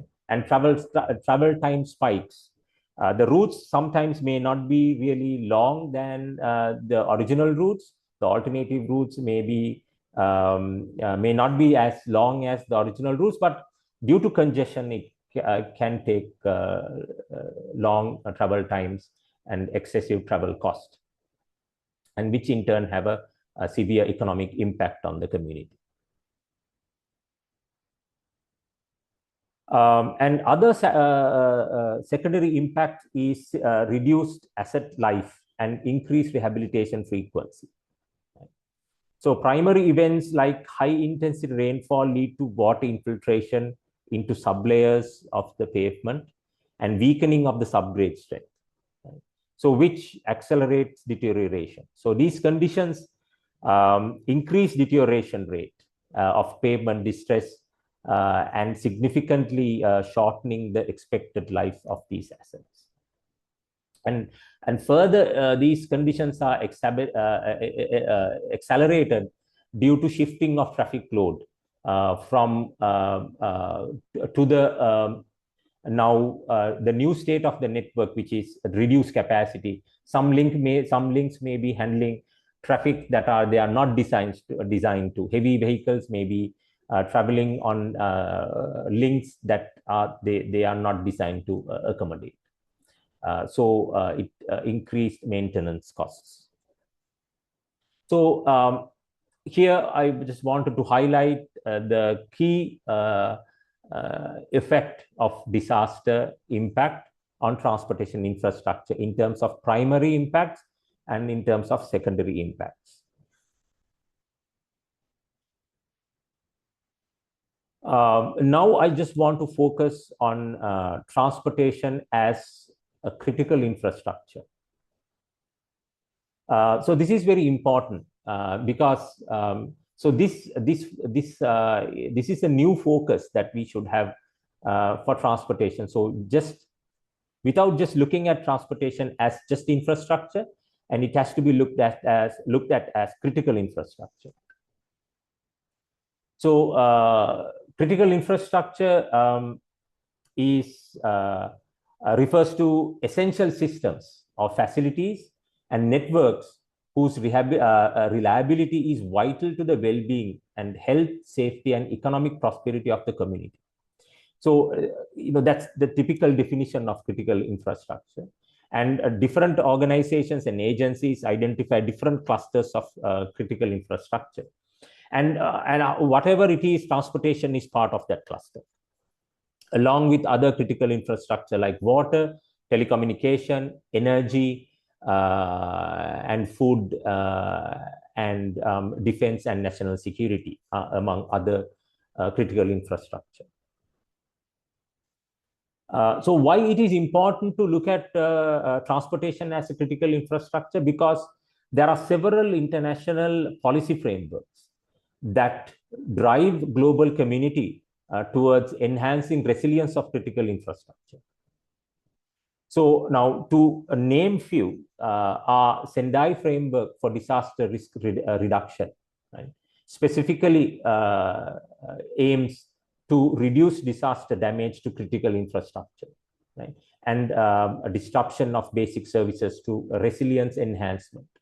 So Sendai framework is a legally mandated international framework established by United Nations Office for Disaster Risk Reduction, which is adopted in 2015. So it serves as the leading global roadmap for reducing disaster risk and its impact over the 15-year period. So during the, the target period is 2015 to 2030. So and the sustainable development goals, so which most of us are aware of, where it is the set of goals set by United Nations, about 17 interlinked global objectives designed as the blueprint to achieve a better and more sustainable future for all, targeting to 2030. So specific goals like Goal 9, industry, innovation, and infrastructure, and Goal 11, sustainable cities and communities, require resilience enhancement of critical infrastructure. And also, Paris Agreement on climate change emphasizes building adaptive capacity and resilience for systems vulnerable to climate change and impact. So the Paris Agreement also drives a global community to enhance resilience of critical infrastructure.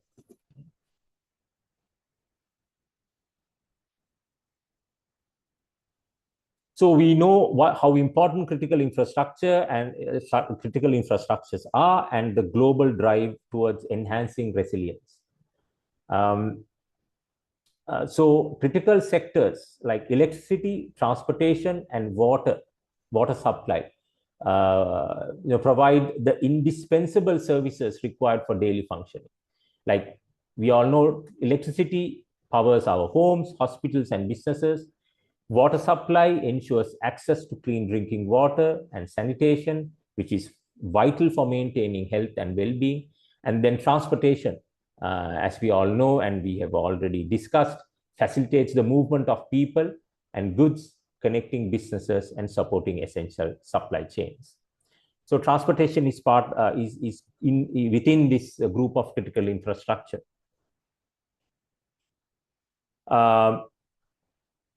Now, the critical infrastructure as life preservation and emergency operations. So in the immediate aftermath of a natural disaster or a disaster, the resilience of infrastructure directly correlates with the nation's capacity to save lives. Right? Humanitarian logistics, timeliness,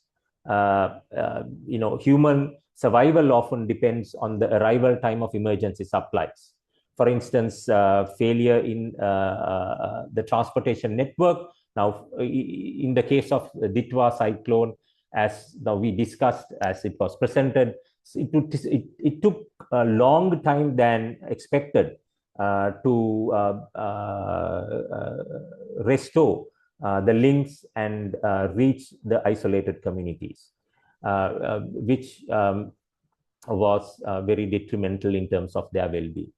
And also investment in retrofitting critical links, such as bridges, is important in terms of critical infrastructure.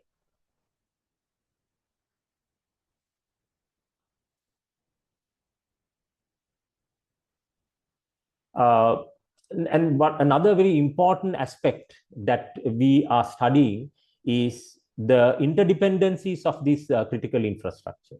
So three specific infrastructure, which I discussed earlier, is water, electricity, and road, but there are more. They're all interdependent.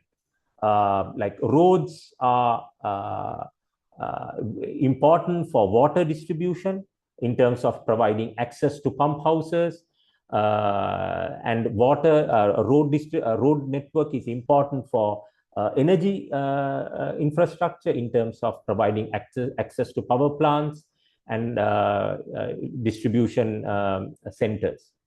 So they are interdependency, addressing their interdependency in terms of identifying, evaluating the resilience is important. Because this can, failure of one critical infrastructure can cause cascading failures in other critical infrastructure, which can ultimately create devastating impact to communities. So resilience is crucial to absorb these shocks and prevent localized malfunctions from escalating into catastrophic collapse of the entire urban system. So that's another very important aspect of critical infrastructure. So I just want to highlight some research that we do at University of Moratuwa in collaboration with our partners of RMIT, where we model resilience of critical infrastructure by specifically incorporating interdependency. And in this research, we attempted to quantify resilience.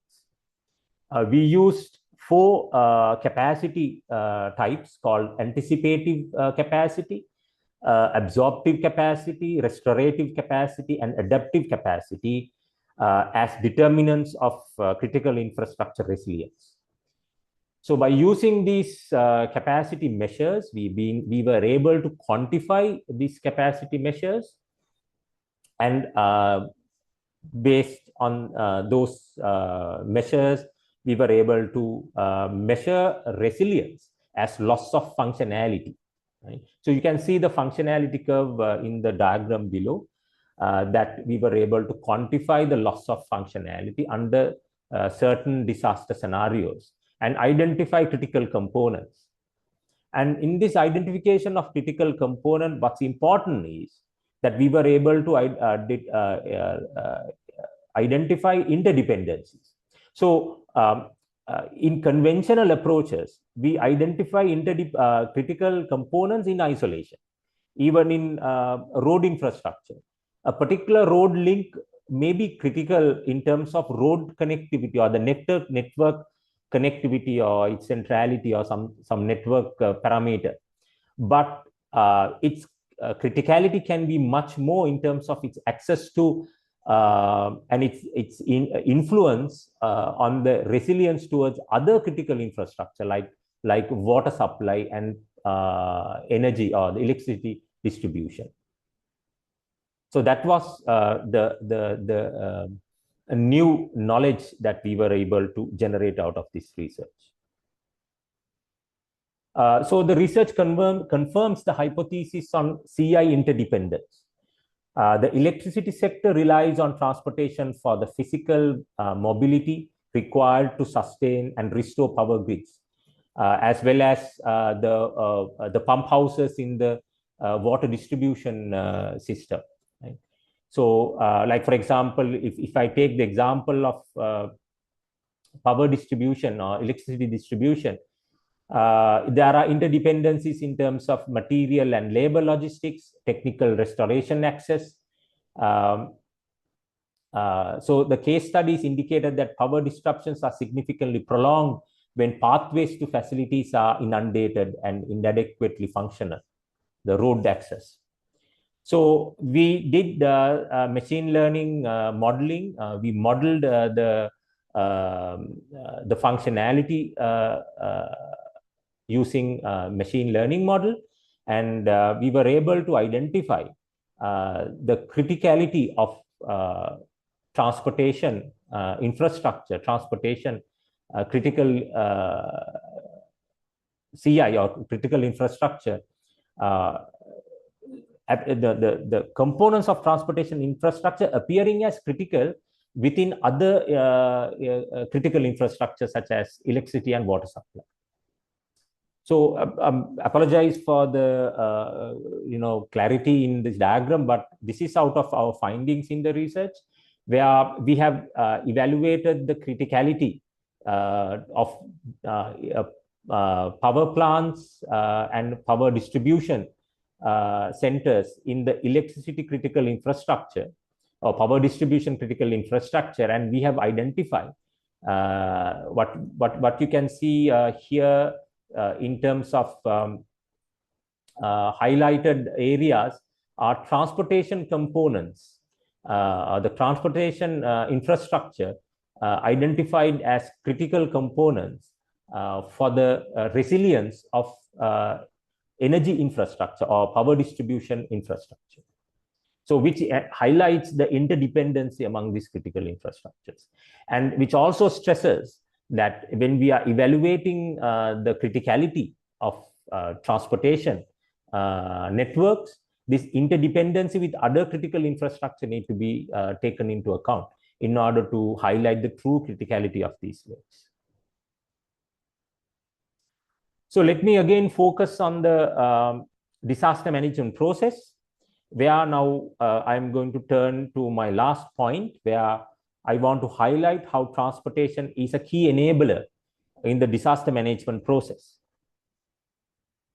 So disaster management process has several components such as mitigation.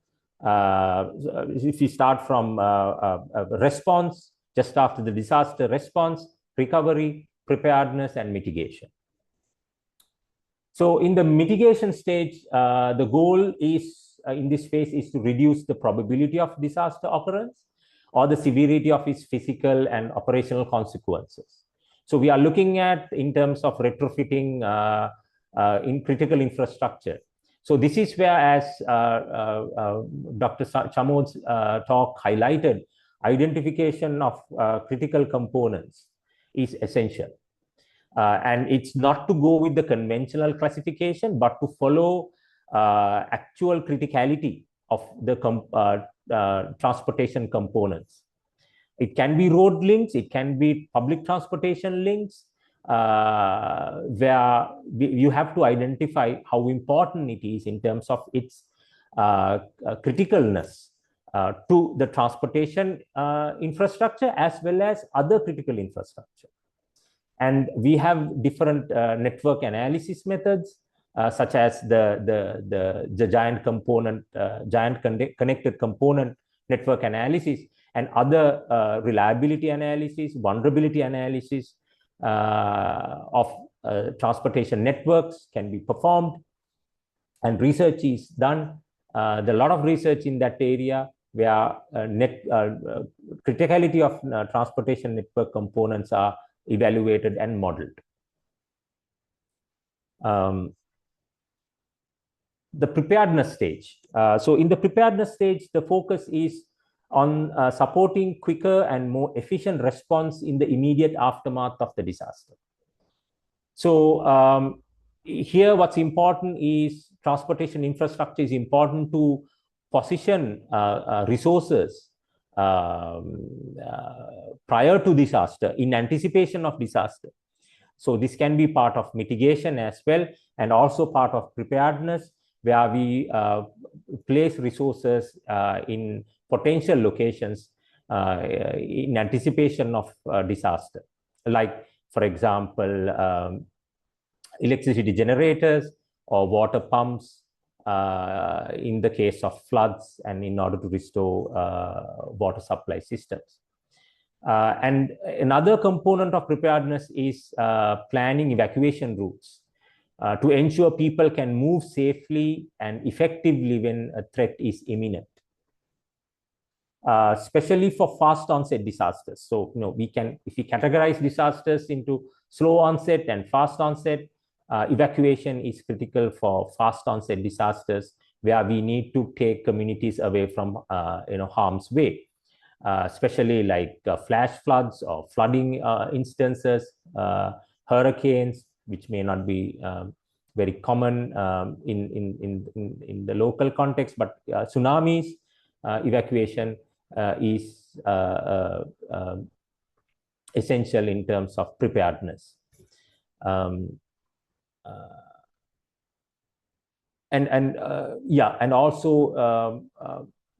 So something I want to highlight in preparedness context is also some interesting research that we carry out at our department, again with the collaboration of our partners, RMIT University in Melbourne, is developing a framework to investigate the evacuation mechanisms of coastal communities in Sri Lanka. So in this research, what we try to do is we try to evaluate or model the behavior of individuals under evacuation scenarios. So the current knowledge, which some of you may be aware of, the PADM model, the Protective Action Decision-Making Model, is a very, very robust framework which is available right now in order to explain the stay-or-go decision of individuals under disaster threat for evacuation. So this current research is pushing the knowledge envelope, where we try to extend it to other evacuation behaviors such as mode choice and destination choice. How different mediating concepts like risk perception, protective action perception, and stakeholder perception, those are mediatory constructs, and how indicators such as individual level indicators and household level indicators and physical environmental level indicators are influencing individuals' decision-making process through these mediators for the stay-or-go decision, as well as other decisions of mode choice and location choice, which which can this knowledge can contribute towards planning evacuation routes and evacuation mechanisms of communities at risk.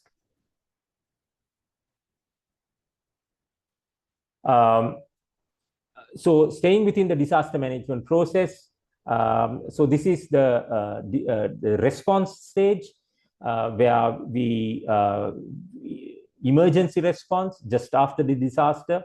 So transportation infrastructure is essential for humanitarian logistics.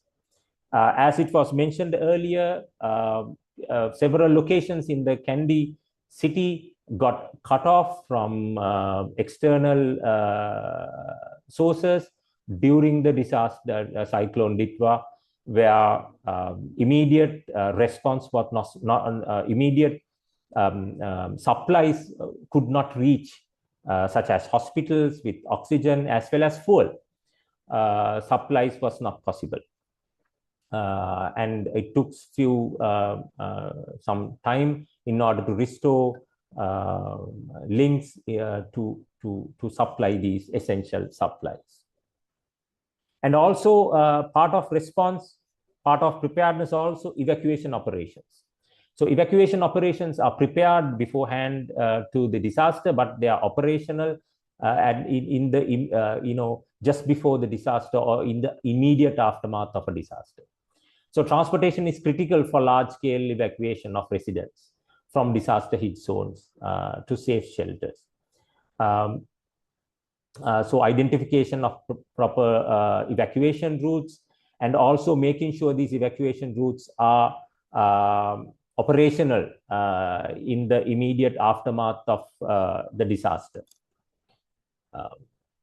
And emergency repairs, rapid response include debris removal and construction of temporary roads, what is important in the response stage.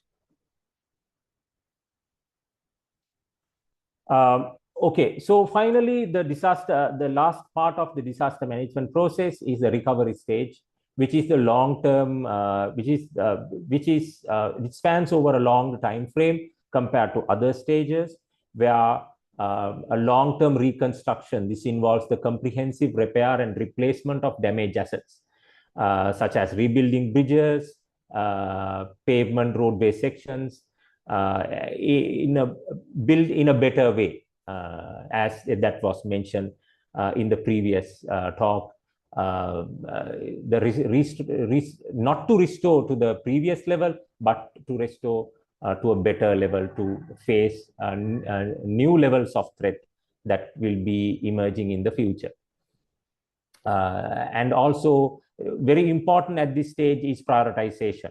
Right? Effective recovery requires reconstruction requires using asset management systems to prioritize critical infrastructure for restoration based on their importance to the entire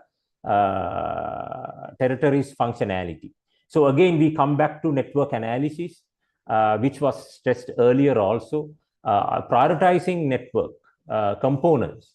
It can be nodes or it can be links in order to focus recovery and restoration investment to maximize its effect or the value.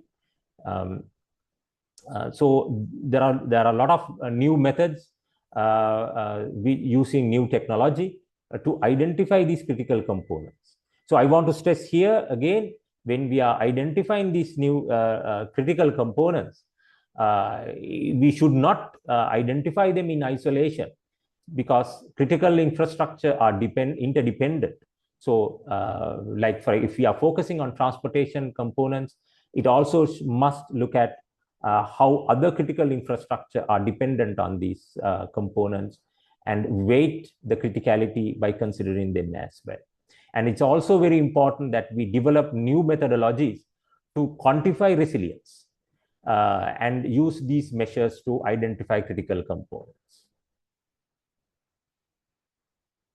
Okay, in summary, what I want to highlight is, again, transportation is contributing to disaster through its negative externalities, as well as transportation becomes a victim of disasters.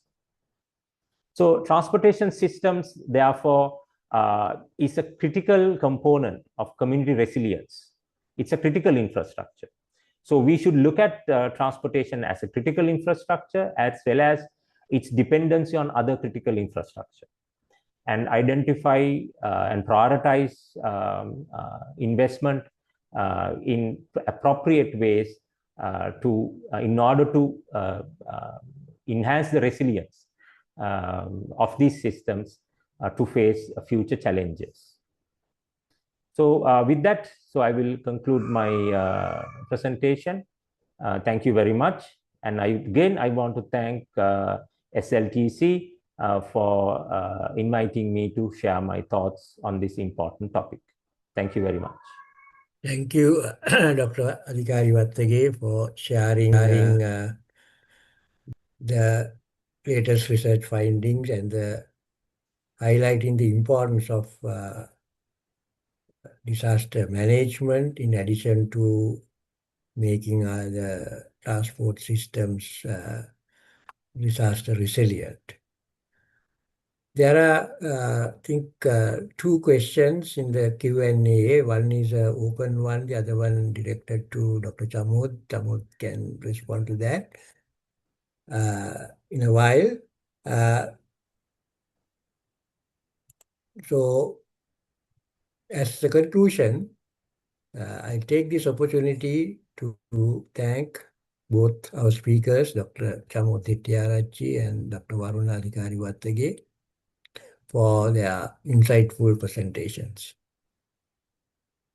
So today's discussion highlighted how climate-related hazards affect the transport systems, but also how transport systems are crucial in disasters situation for evacuation, emergency response, etc. So one of the questions is related to how real-time data can be used, or intelligent transport systems can be used in this situation. But I'm afraid that, when it comes to a disaster situation, most of these may not be operational. we can use them for the preparedness, but once it comes, there should be a proper plan as Adhikari Vartage explained. The decisions need to be taken considering the situation. So one simple thing that one could think of is that most of the damages or during flood situation, lives were lost because the people could not figure out the depth of the flood, or how deep it is. Because when it flooded, it's flat and you don't know how deep underneath it. But if one can come up with an idea how to indicate the actual depth at that particular location, you don't need rocket science for that. Many lives could have been saved. So that's just a thought. So an important takeaway from this session is that improving transport resilience requires more than engineering solutions, better planning, better management, effective maintenance, stronger institutional coordination, etc. And also, there should be certain policy decisions regarding the design and maintenance to make the transport systems resilient for such situations. But whatever it is, we may not be able to control or eliminate the effects. So the preparedness is important, and we need to have a plan. How are we going to do it? I think Dr. Varuna clearly explained that part. So the time is now 9:30. We were over 30 minutes because we started a little late. Sorry about it. And I'll take this opportunity to thank once again all the participants for contribution and for your time, and also once again for our speakers. Thank you very much, and good night. Thank you. Thank you very much. Good night. Okay. Now, okay. Yeah. Thank you very much.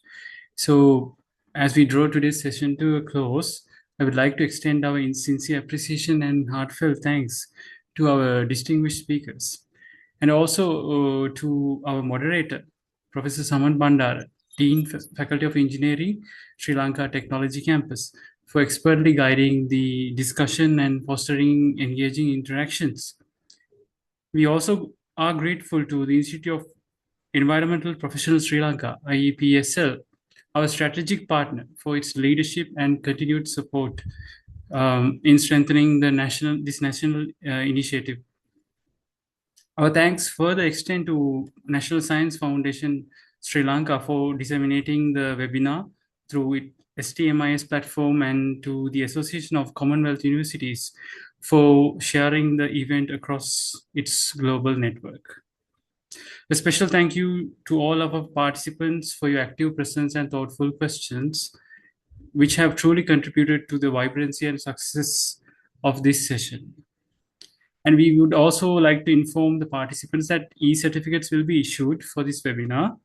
Certificates will be provided only to participants who registered via the official Google form and submit the feedback form following the session.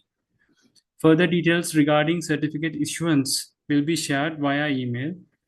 Before we conclude, we are delighted to invite you to webinar number 9 of this series, titled Telecommunication and Energy Resilience, Safeguarding Critical Lifelines During Disasters, which will be held on 5th of March 2026 from 7 p.m. to 9 p.m. via Zoom.